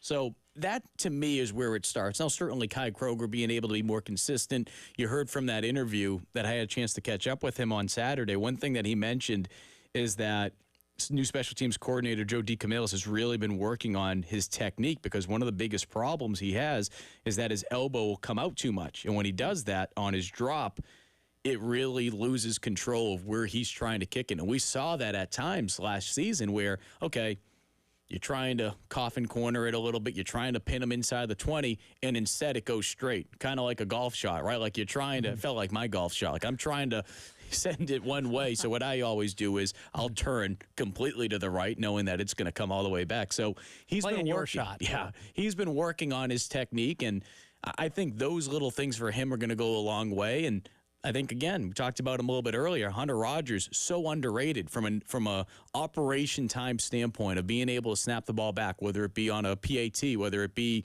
on a punt, knowing that, hey, you have a guy up there that is going to get that ball there perfect every single time. The timing's going to be consistent, and he's going to be able to get his butt down the field and potentially make a tackle too.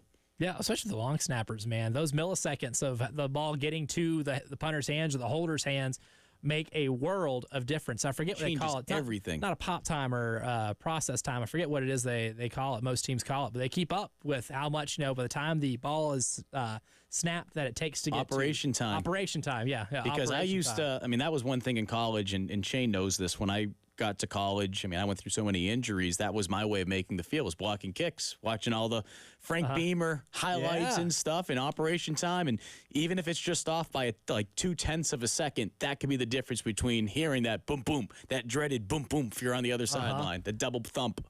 And getting Beamer ball back to what it normally is would be a big change for this team, would be a big boost. Could be the difference between them playing in a bowl or not playing in a bowl. Hour number 2 wrapping up right now. Hour number 3, 5 o'clock news. Who's going to be the next Xavier Legette in terms of surprise production and more?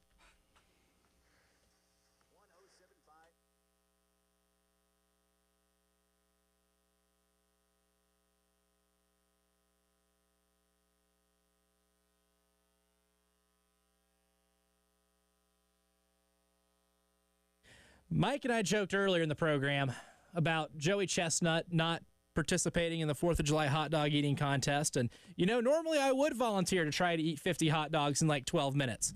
Not that I can, but I'd certainly try. Can't anymore because my friends at Columbia Seeker for Weight Loss would not coach me to do so, and that's the best part about the program. Paul Grant and Shaylin do a fantastic job of keeping you accountable, getting you a plan that is personalized for you to help you not just live healthier lifestyles, create better habits, but to be able to lose the weight that you want to lose and keep it off. And if you would like to learn the secret of losing up to 1 pound of unhealthy fat per day and start your own success story without any shots, without any pills, just fantastic coaching and guidelines to help you reach your weight loss goals and potential, go ahead and give them a call, 803-824-4210. Again, that's 803-824-4210, or just go to ColumbiaSecretForWeightLoss.com. Results may vary.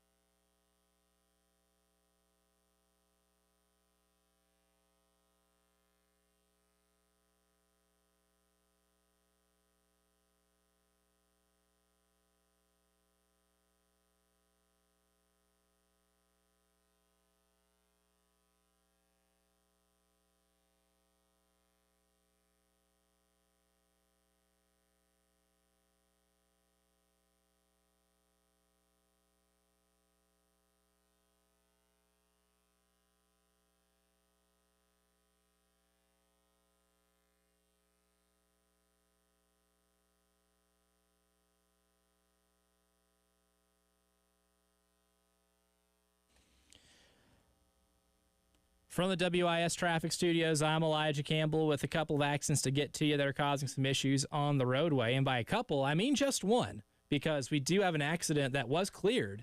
That was on 20 westbound before Monticello Road near exit 68. That was causing some issues about an hour ago, but has since been cleared, so roadway moving pretty smoothly over on that part of town. But we still have one in Lexington County that looks like it's still causing some mild backup, and that's going to be over on 20 West. But this is going to be just before US 1 near exit 58.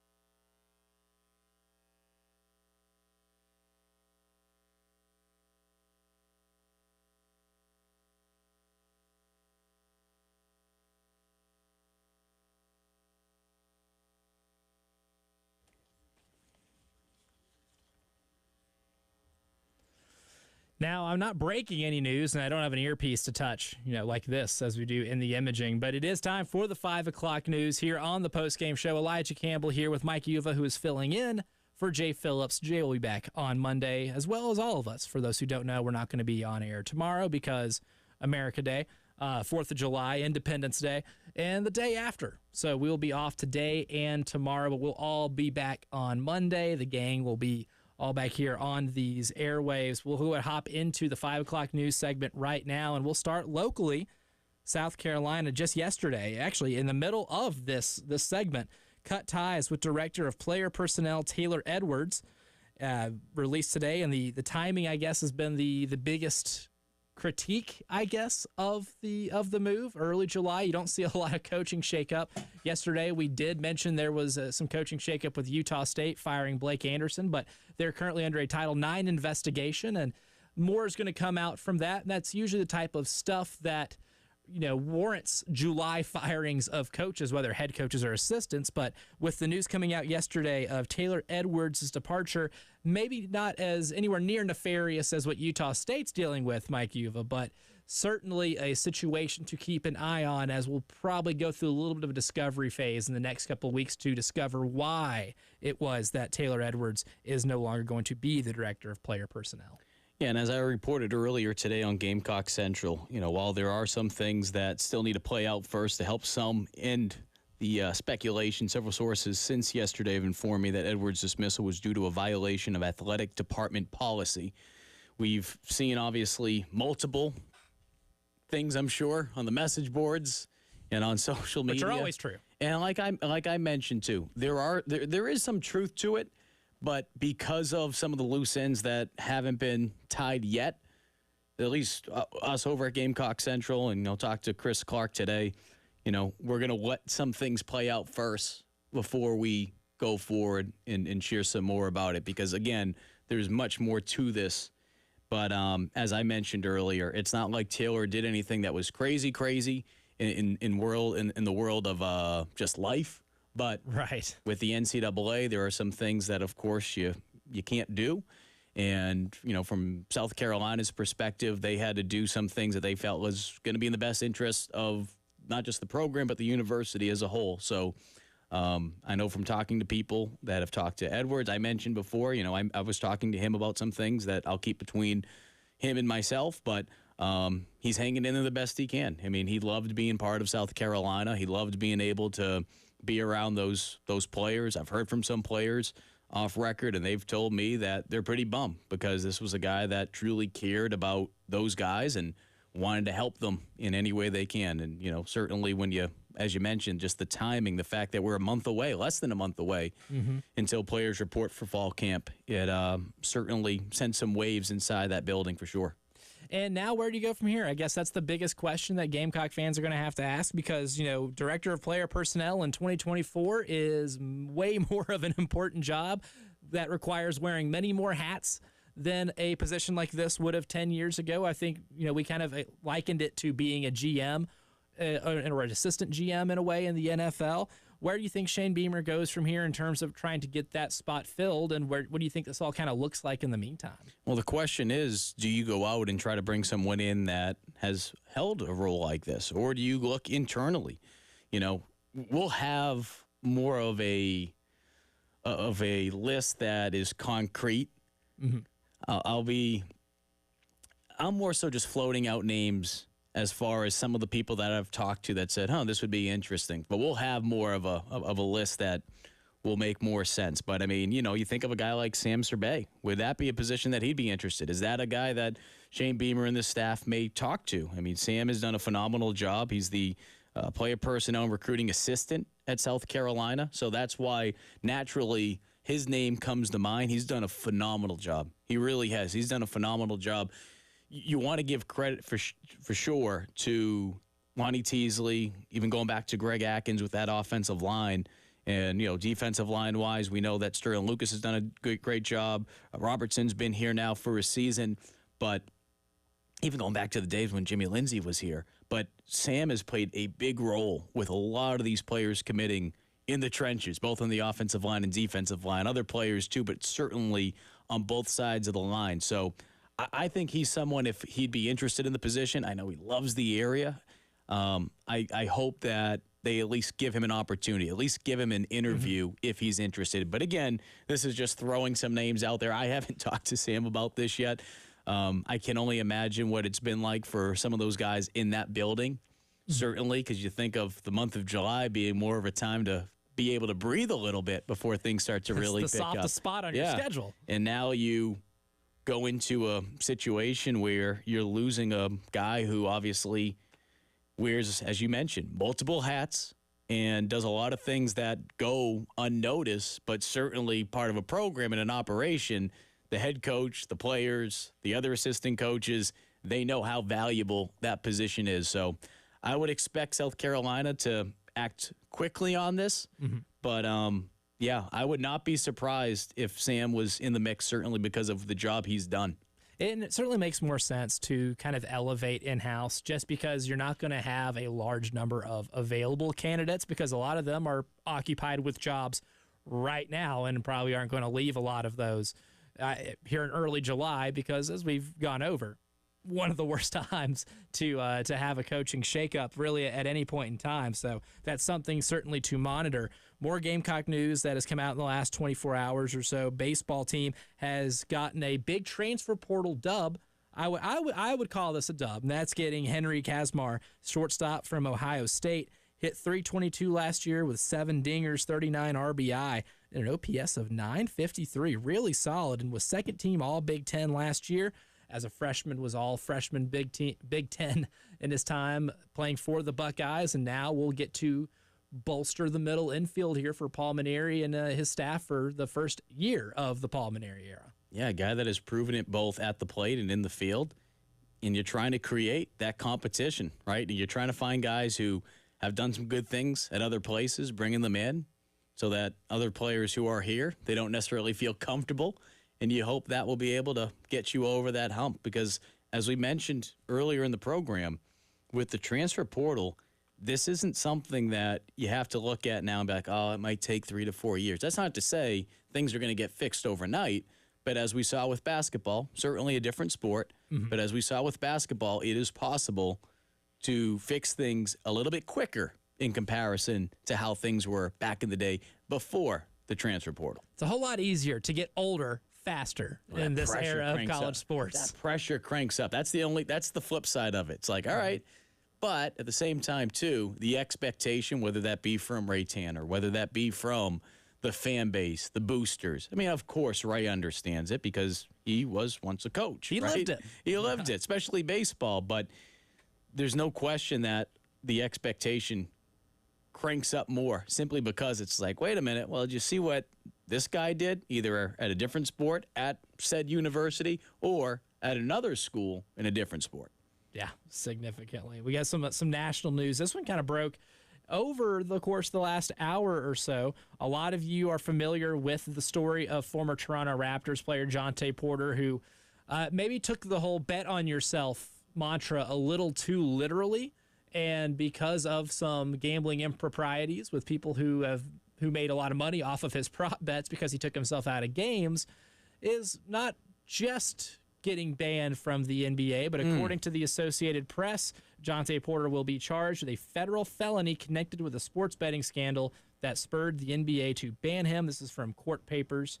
Federal prosecutors in Brooklyn filed what's known as a criminal information sheet on Tuesday. The document doesn't specify a court date or the charges specifically, but it does show the case is related to an existing prosecution of 4 men charged with scheming to cash in on tips from a player about his plans to exit 2 games early. And here's a statement from Jonte Porter's lawyer, Jeff Jensen, said last month that, quote, Porter was in over his head to a gambling addiction, end quote, but was getting treatment and has been cooperating with law enforcement. So it does appear that Jonte Porter will be facing felony charges due to the gambling tips that he gave and doing a little point shaving on the side as well. So I've been vocal about this, that at some point, gambling needs to be legalized in South Carolina. It's only a matter of time, I think. I understand that it comes down to, political parties and all that. It might be the last one, but I think it will happen. It will happen at some point. There's a lot of things that I'm sure, different states and different areas, they move a little bit slower on for one reason or another. But, I mean, the upside of it, when you think about just the extra money, I've seen it back in New England and some of those states that have legalized it, fixing some of the potholes or whatever the case may be, could help school, whatever, right? Having said all that, whether that happens or not, this is one of the biggest fears I have when we talk about stuff like this, because I feel like it is only a matter of time until we start to see this more in college sports. Whether you like gambling or not, it's continuing to grow. That's why I said at some point it's going to happen in South Carolina. I truly believe it's going to happen. I don't know when, but at some point. Whether it happens or not, that doesn't mean something like this can't happen. I mean, you go back to the days, I mean, I don't know about you. One of my favorite movies, big Italian mobster guy over here. Yeah. Love those movies. Goodfellas, right? Henry Hill. I mean, there was a point shaving scandal going on back in the day with those guys. And a lot of those players, I mean, Boston College was one of those teams in particular. They got in over their head. So I worry because prop bets are continuing to grow, not just in the pro world, but in the college ranks now too. And the waters are a little bit murkier now because you have NIL and it's easier to, but all it takes is one player to get in over his head. And now it's like, wait a minute. So that scares me. I won't lie. That part scares me a lot when we think about, and I see stories like this. I'm like, it's only a matter of time, I think, until unfortunately this is going to happen in college. And I hope it doesn't happen, but I just feel like it's inevitable.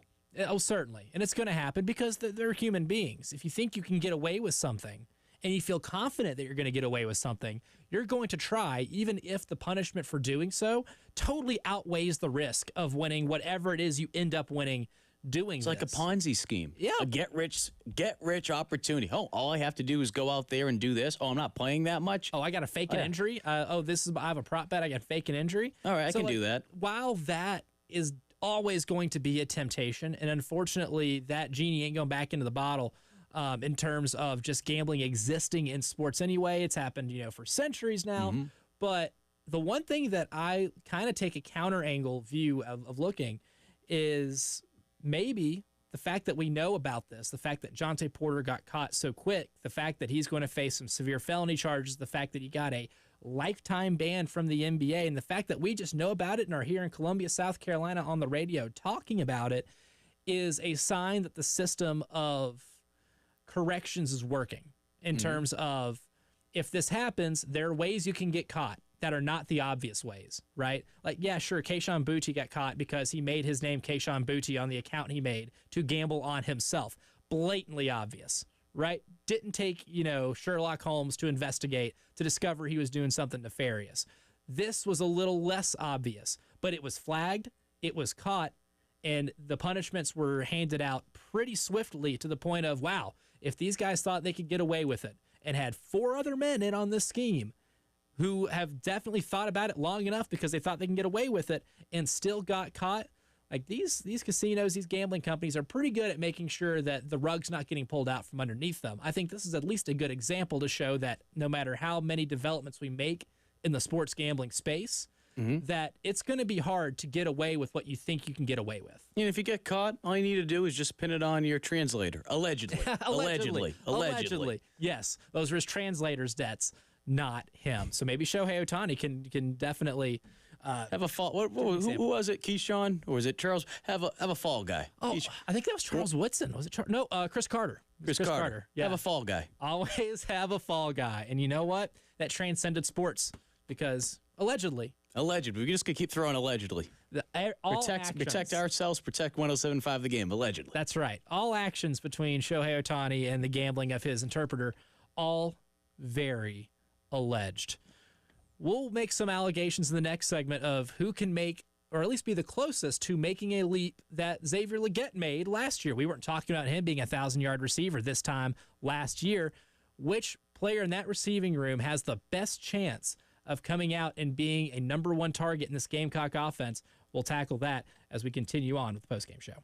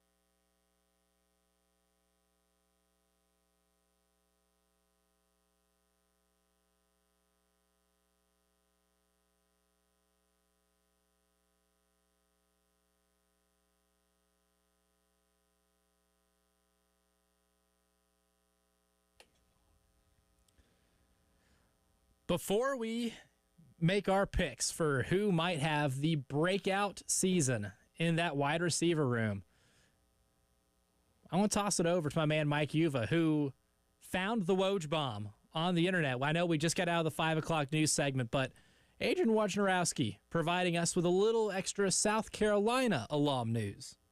Yeah, according to Woj, he just tweeted this out on Twitter, X, whatever you guys call it. Free agent forward P.J. Dozier has agreed to a one-year deal with the Minnesota Timberwolves, sources tell ESPN.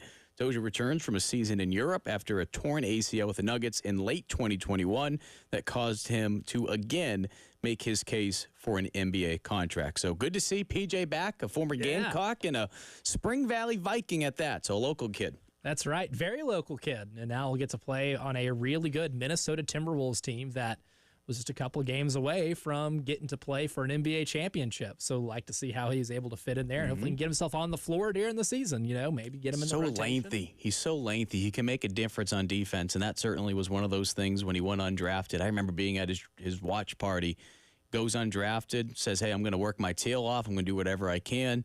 Ends up signing with the Lakers. A couple hours later, it was probably around 2 a.m. Eastern time at that point, but He's had to go the long way for sure, but good to see that he's healthy, and hopefully he'll have an opportunity to do some good things out, like you said, talented, a young but talented Minnesota team. Still, yeah, a lot of miles that P.J. Dozier can give you. So interested to see exactly how he's able to assimilate on Chris Finch's team over in Minnesota. But mentioned it before the end of the break.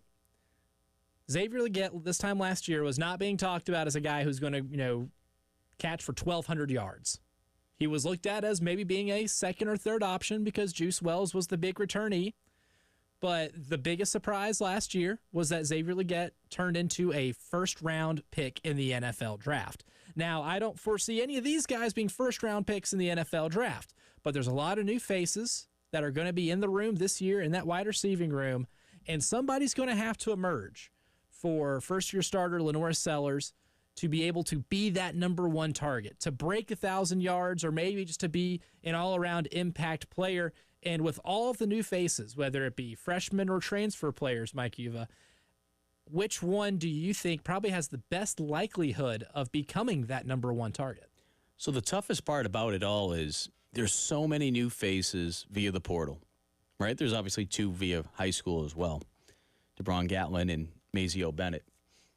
You're going to need someone to step up in that room. Like, it goes without saying. And in a perfect world, all these players that have come in, whether it be high school, certainly via the transfer portal as well, they're going to make that impact. But the reality is it's probably not going to play out that way. So I'm doing my best when I look at this to say, okay, I can see this guy doing this. I can see that guy doing that. So I'll give you a couple. Okay. From a portal standpoint, 2 players that I'm banking on to be able to do good things.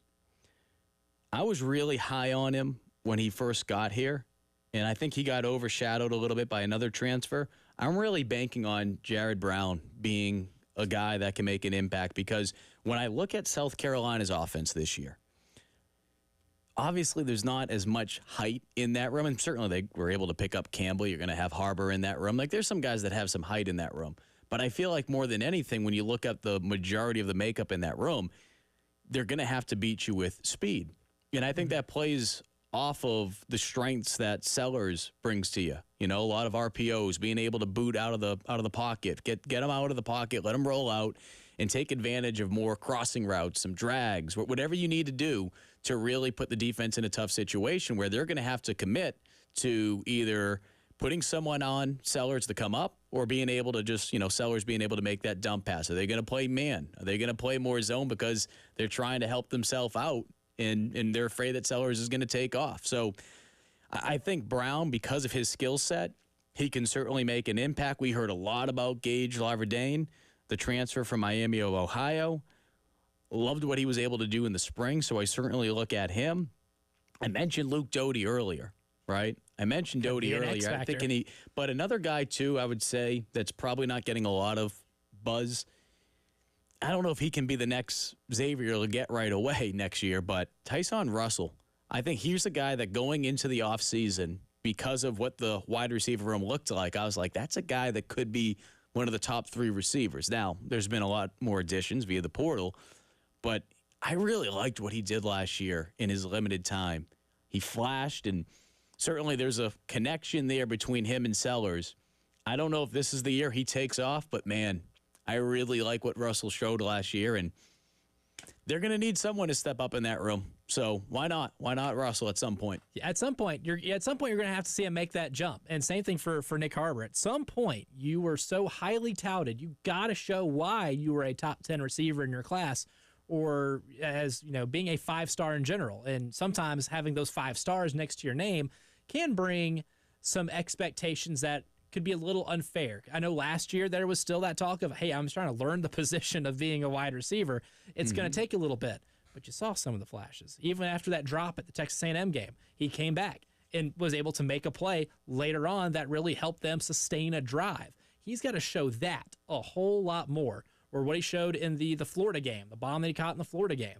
You're going to have to be able to show a whole lot more of that, because the receivers that you have in the room right now, especially the transfer guys, a lot of them are great in the short game. I love what you said with Jerry Brown, because Jerry Brown was number 1 on my list because of how well he was utilized in Coastal Carolina's short passing attack. Yeah. So versatile. They had him in the backfield at times, slot on the outside. And when you look back to Leggett, and it's tough to compare him to anyone on this roster, just body size. I mean, maybe Harbor in some ways, but it's tough. It's tough to compete. He's just a freakish athlete. X had a good frame to build on. Yeah, I mean, I know Campbell's a big guy, but I mean, X is just pure muscle. He certainly wasn't that way when he came in. He put a lot of work into it, but X was one of those guys too. I mean, he was a guy that could play inside. He could play outside. They didn't necessarily put him in the backfield, but, if they needed to motion him at time, like, they could do whatever they want with him. Returned him on kicks because he's good with the ball in his hands. Yeah, so I can see that.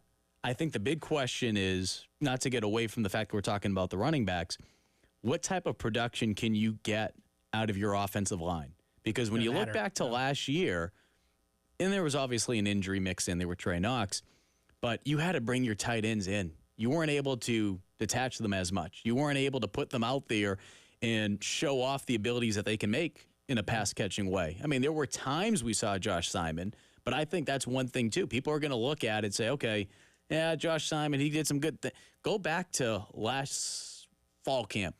There was what we would call a sudden change period during practice, and Spencer Rattler threw a fade to the back of the end zone. It was a one-on-one drill, and Josh Simon made a phenomenal catch. It was a great throw. Great job defending, too. It was just perfectly thrown, and that's why he's with the Saints. But right. Josh Simon made a phenomenal catch. So I think we'll see that. There's no question that Sean Elliott wants that tight end room to be physical, but don't sleep on the tight end room making an impact. And I think, too, when you think about how talented that running back room is, if there's some two running back sets and there's a tight end out there, you do the math. There can only be 2 wide receivers. And that's not to say that, it'll just be that. But the point being is there's a lot of talent at some other positions. So God forbid that wide receiver room is a little shaky or it's just a little uncertain early on. Don't be surprised to see South Carolina try to take advantage of the other talents they have in other rooms to play to the strengths that they have. Dreams, we might have a different looking offense this year just in terms of stylistics. Say a wing T? Yeah. Dude, I could do a wing T. Oh, don't say that. This fan base, if they came out wing T running the triple option week 1, I think that some might have a heart attack. But if you run for 500 yards a game and you're able to throw people off, hey, you never know. Play to your strengths, man. Play to your strengths. So we'll see exactly how the offense develops and if any of those receivers can kind of emerge as Lenora Sellers is number 1. We'll go ahead, take a quick break, take a drive around the SEC, discuss the big hire that Texas A&M made. Is it adequate for a job like Texas A&M after the year they had? We'll also talk about maybe some sleepers in the SEC as well and more as we continue on with the postgame show here on a Wednesday afternoon.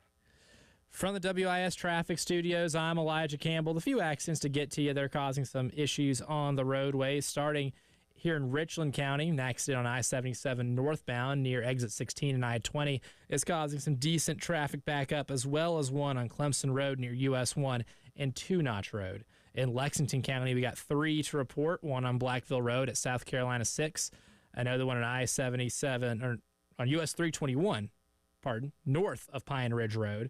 And last, we have one on 20 West. That's over going to be near US 1 and exit 58.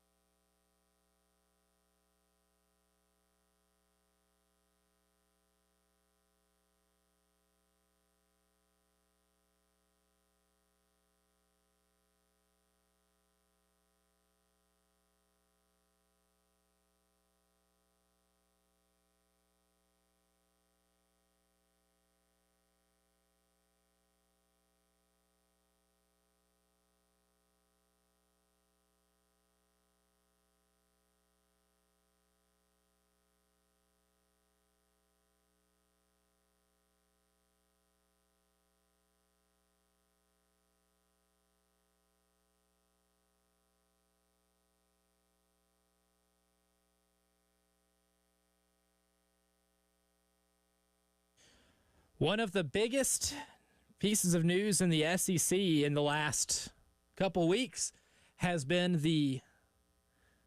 what's the best way to put this? The treason, I guess, of Jim Schlossnagle leaving Texas A&M on the day after falling in the national championship game to Tennessee and leaving for arch rival Texas, who, as of 2 days ago, are members of the SEC. So Jim left and ripped a hole in the hearts of Aggie fans all over Texas and College Station, but they've made a hire. They've went ahead and found Schlossnagle's replacement, and it turns out the call coming from inside the house. Earlier this week, Texas A&M has announced that Mike Early, who was an assistant on the staff for Schlossnagle, who was going to follow Schloss to Texas, is the guy to replace Jim Schlossnagle at Texas A&M, and a good baseball pedigree, but with a lot of the names that were kind of being thrown out there in this coaching search, it seemed like they were really going to go big game hunting to replace Jim Schlossnagle. When you hear the news, Mike, that they end up going in-house with a former assistant of his who was about to make the same move to Texas, what kind of goes through your mind in terms of if Aggie fans should feel thumbs up or thumbs down with ending up with Mike Early? Well, only time will tell, but if you look at some of the players who entered the portal immediately after, it seemed like they were going to follow their old coach to Texas, or at least go out and try to find a new school. Some of those players, so far at least, have pulled their name out of the transfer portal. So the fact that they are already making a decision like that, what it tells me is these players respect this guy. They respect Early. They respect the decision. It's not obviously the same situation, but you think about Monty Lee sticking around and some of the players who fans probably looked at and they said, oh boy, I wonder if we could see some guys leave, because it just comes with the territory when a coach leaves. Again, obviously it's not the same situation. I mean, you have a team that made it to the College World Series, for crying out loud, right? So it's a little bit different in that regard, but at the same time too, when you have a guy that you feel like you can trust and you're familiar with, certainly if you are an upperclassman, I don't know, exactly how it's all going to pan out, but I think about some of the comments that Paul Maneri made not too long ago, which is when you have a new coach come in, the upperclassmen, you think they're looking at, okay, yeah, it's a 3-year plan, 4-year plan. No, it's like they want to win now. So I think it makes some of those players feel a little bit more comfortable, especially knowing that they were able to make it all the way to the College World Series National Championship game. Now, you're going to be losing some guys. It's going to be tougher to get back to that point, but it can certainly help some of those players feel a little bit more comfortable about the transition. 100% retention will not be possible. No. But, I mean, already they've done a pretty decent job. Caden Sorrell announced he's coming back. Kate Sorrell and Caden Kent announced that they will be withdrawing from the transfer portal and returning to Texas A&M. They certainly still have some big names out there in the portal, with Jace Laviolette being one of those, and that was who I thought, outside of Braden Montgomery, who's going to be a top 10 pick in the Major League Baseball draft, the best player on that team. And look, on the surface, just getting an assistant doesn't seem maybe like an adequate hire, considering the arms race that we're seeing with SEC baseball coaches and just the total inflation of these salaries, going from, having one guy with Tim Corbin making $1.5 million in 2021 to entering the 2025 season, and there's a possibility of 7 or 8 making that, in just such a short time. It might be hard to be able to compete with that. I don't know what the terms are, and haven't really been announced yet for Mike Early for Texas A&M, but everybody else is making these massive investments into their baseball teams, and it makes sense to try to go big game hunting when it comes to replacing a coach like Jim Schlossnagle. But you're right, though. Time will tell, and if it even is able to get you to keep 80% of those talented players that got in the transfer portal, because it was the entire starting lineup, essentially, that went into the portal from the National Championship Series that was possibly leaving town. You're able to retain a lot of those. I think you're doing pretty well. Drive around the SEC right now, and we'll go ahead and pose a question to you, Mike. And I wanted to talk to you about this on Monday when we had you in here. We just weren't able to get to it. But you look at a team like Missouri last year in football, who was not picked to be inside the top half of the SEC. They go 11-2 and make a run that none of us really saw coming, even with some of the talent they had, and they're able to win the Cotton Bowl. Is there a team that might be outside the top half of the league in terms of projections that you think has the best chance of making that jump? So we're talking, your Floridas, South Carolina, Kentucky, Auburn, Arkansas, Mississippi State. I'm not going to say Vanderbilt, because that'd be really shocking, but Clark Lee would get a lifetime extension or might get hired to coach the New England Patriots if that were the case. But is there any team from that group that you feel like might have the best chance of making kind of a Missouri-ish run this season? Well, I know they're on the outside of that. I wish Tennessee was, I think it was like a spot up or two. I'd say Tennessee if I could. Yeah, I think they sit right in the middle. Yeah, they sit right in the middle as you could be. So one more time, because there probably are some people in the car too saying, all right, can you say that one more time? I need that one more time. Okay. Give me that bottom of the half of the list. I'll just use Phil Steele's rankings for reference here. So the bottom half is Texas A&M, Florida, South Carolina, Kentucky, Auburn, Arkansas, Mississippi State, or Vanderbilt. Well, we talked about this on Monday, and I said I would say this if I was in a different market too. I understand you look at South Carolina and you say, all right, that's a tough schedule. But if they're able, and I know it's a big if, but if they're able to pull off some of these upsets that don't seem as crazy when you look at them. Again, you look at LSU coming into town, there's a lot of unknowns on that team. I think they're a little overrated. I'm underwhelmed with some of that offensive roster. There's because of the unknowns. And we don't know necessarily how good Lenore Sellers is going to be right away. Mm-hmm. Like, this kid could be really good. And it's not just going to be about Lenore's. Can this offensive line block consistently? Can they stay healthy, right? I mean, there's more talent in production there, proven production. There's talent in that wide receiver room. What does it look like at South Carolina? What does that running back room, which has plenty of talent, but a lot of that talent has played at other schools? What does DJ Braswell do in his second year at the program? There's a lot of ifs. We know that defense can be really good, really good. If that offense can figure it out, I think South Carolina can surprise a lot of teams. I'm not saying they'll be, in the college football playoff, or I don't know what the bowl layout is now, but whatever bowl they'd play if they don't make the college football playoff, playing for that next big one. But this is a team that can surprise a lot of people this year if the offense can figure things out early. And as we mentioned on Monday too, Elijah, the fact that you have 2 byes, every team in the country will have that. The fact you have 2 byes for a team that is that'll be going through a lot of changes offensively, that is big. That is big. Again, talked about LSU. We talked about potentially Oklahoma, which is not an easy place to play. But guess what? That's one of those games, too, I look at and say, you know what? I could see South Carolina finding a way. So We're going to learn a lot about this team certainly early on when they play Kentucky, and I know a lot of people are looking at that Week 2 matchup. But this is a team, because of where the buys are positioned, if they can overcome some of those challenges early on and figure things out during those bye weeks, I think they can surprise some people.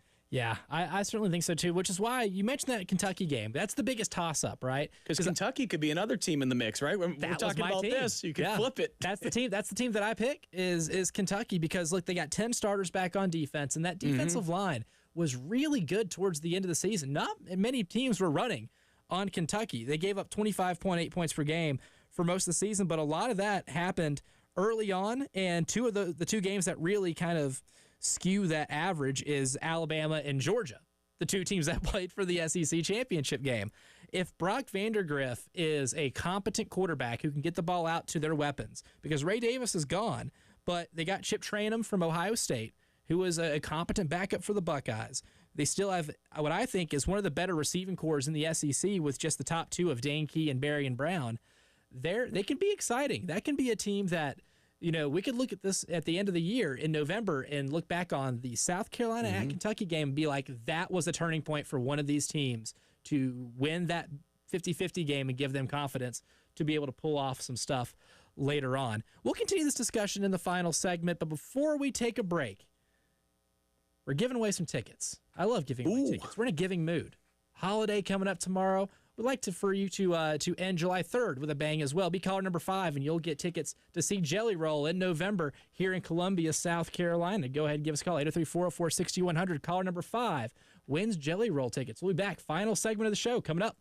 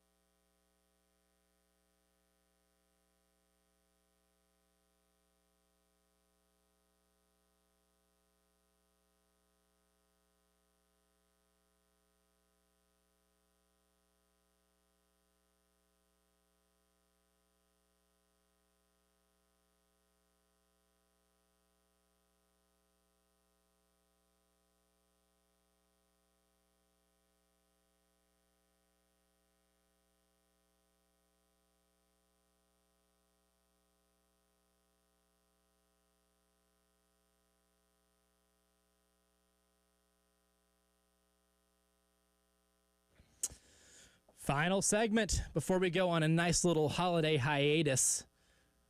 Some of us, at least. Some of us do. That's right. Good for you. You know what? You deserve it. You know what? We've been going nuts with the football prep, and it's been like 7 years since I've been to St. Augustine, man. Got a lot of really close friends who own a bar down there by the beach, and they're like, you "Hey, driving? As soon as I leave out of here." You know, so I'm hitting Jack the road, Beltry, baby. he has become obsessed with it. We gave him a little taste of Buc-ee's. Now, anytime he goes on the road, so I think there's a Buc-ee's down there. So, I've got it. Yeah, Jack's got obsessed with it now. It's great. First time he's on vacation, so he might not be hearing this. We'll have to cut it up for him and send. He is obsessed. He can Anytime be a spokesperson. yeah, is what you're saying. He can be a spokesperson. I mean, if he ever were to leave Gamecock Central, I'm convinced he would take one of those jobs that actually look pretty incredible, at least on the billboard. Oh, they're where enticing. They pay like insane money. Oh, being a manager, is like borderline lucrative. It's unbelievable. It's what awesome. Do you do? What do you do? Work at Buc-ee's.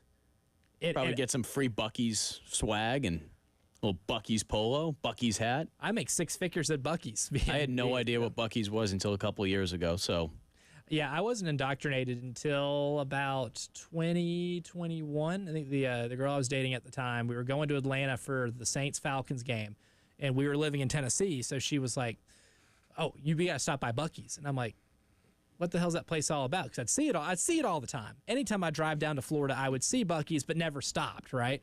And she's like, "Oh, you got to find out." So we pull, we make our way down there before we get to Atlanta, and pull off, go into it, and my life's never been the same. It's unbelievable. It is gas station brisket that made my mouth water for the first time in my life. It was fantastic. I loved it. Yeah, Jack's obsessed with it. I'm convinced Jack's going to buy all the tubes if you ever see him down the river. I might make my first trip down the river this summer, and he probably will get his little Buc-ee's raft and go on down, and I'm sure that place is going to be packed tomorrow for the 4th. I do own Buc-ee's swim trunks. There you go. So, not opposed. Not opposed. Would have a raft, a Buc-ee's raft.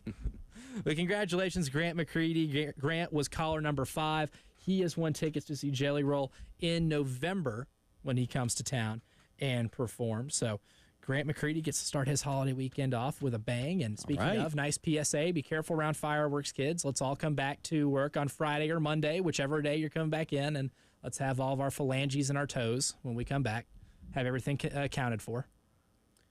So don't be Jason Pierre-Paul. Let it be an ominous warning.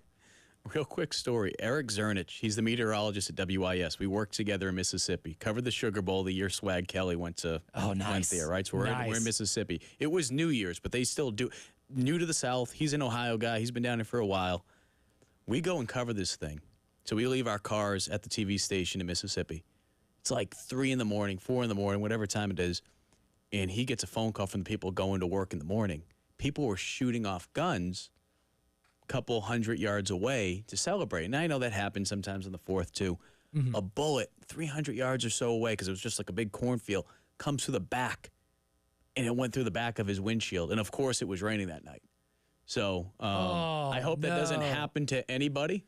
But let's be smart. But let's be smart tomorrow. This is what makes the part. And he still reminds me about this. This is where it pays to be nice. We were both pulling in at the same time, and I let him go first, and he parked in that spot, or else I probably would have parked in it. So he reminds me, he's like, you had to be a nice guy that day. It's like, of course. So I hope that doesn't happen to anyone this weekend. Oh, absolutely. Well, if there's a moral of the story here, it's that your random act of kindness will always be rewarded in one way or another. Poor maybe Eric. not as obviously, but it can be rewarded one way or another. But rounding out today, we're talking about maybe some sleepers in the back end of the SEC. Kentucky's very interesting. One that I think, because we mentioned the Kentucky-South Carolina game in week 2 in Lexington. One that's just as big is going to be in November 2nd, the Texas A&M game. Because I can see Texas A&M rolling to Williams-Brice Stadium looking pretty good. I think they have a question mark too at cornerback, but Connor Wegman actually has a little bit of a sample size, and you can see what they have with him a little bit. And I know that they have a new head coach, and they lost a lot in the transfer portal, but I love their wide receiver group. I love the running back group. If they can just get something out of that offensive line, enough for it to be competent, I can see them coming in here because, look, Notre Dame's going to be a tough game. I think Notre Dame's going to be really, really good, like playoff contention good. they're able to get past Notre Dame, catch them early. McNeese State should win. I think they're better than Florida on paper. It's at Florida. But look, they can come into this game on November 2nd with only 2 losses at most, because they do have to play Missouri at home. They have LSU, but I think they beat LSU. Just looking at those 2 teams on paper, that game being at Texas A&M, a good chance there's 1 or 2 losses, and I think likely that they're coming in here with only 1 or 2 losses. And that's a team that can end up finding themselves being 9-2, 8-3 going into that last game against Texas. So that's a fascinating team. That's kind of like the later season comparison to Kentucky for South Carolina. You know, like that's a game that it could really help. And we're talking about being able, bowl game, 7 wins, maybe. All right, I don't want to get carried away. One game at a time. That's when the fun happens. Oh, we have plenty to talk about over these next couple of weeks. Talking season, baby. Talking season is here. Big thanks to Mike Eva for filling in today. Great stuff, my man. Everybody be safe. Appreciate it, man. For the 4th. Have a happy 4th of July, and we'll see you all again on Monday.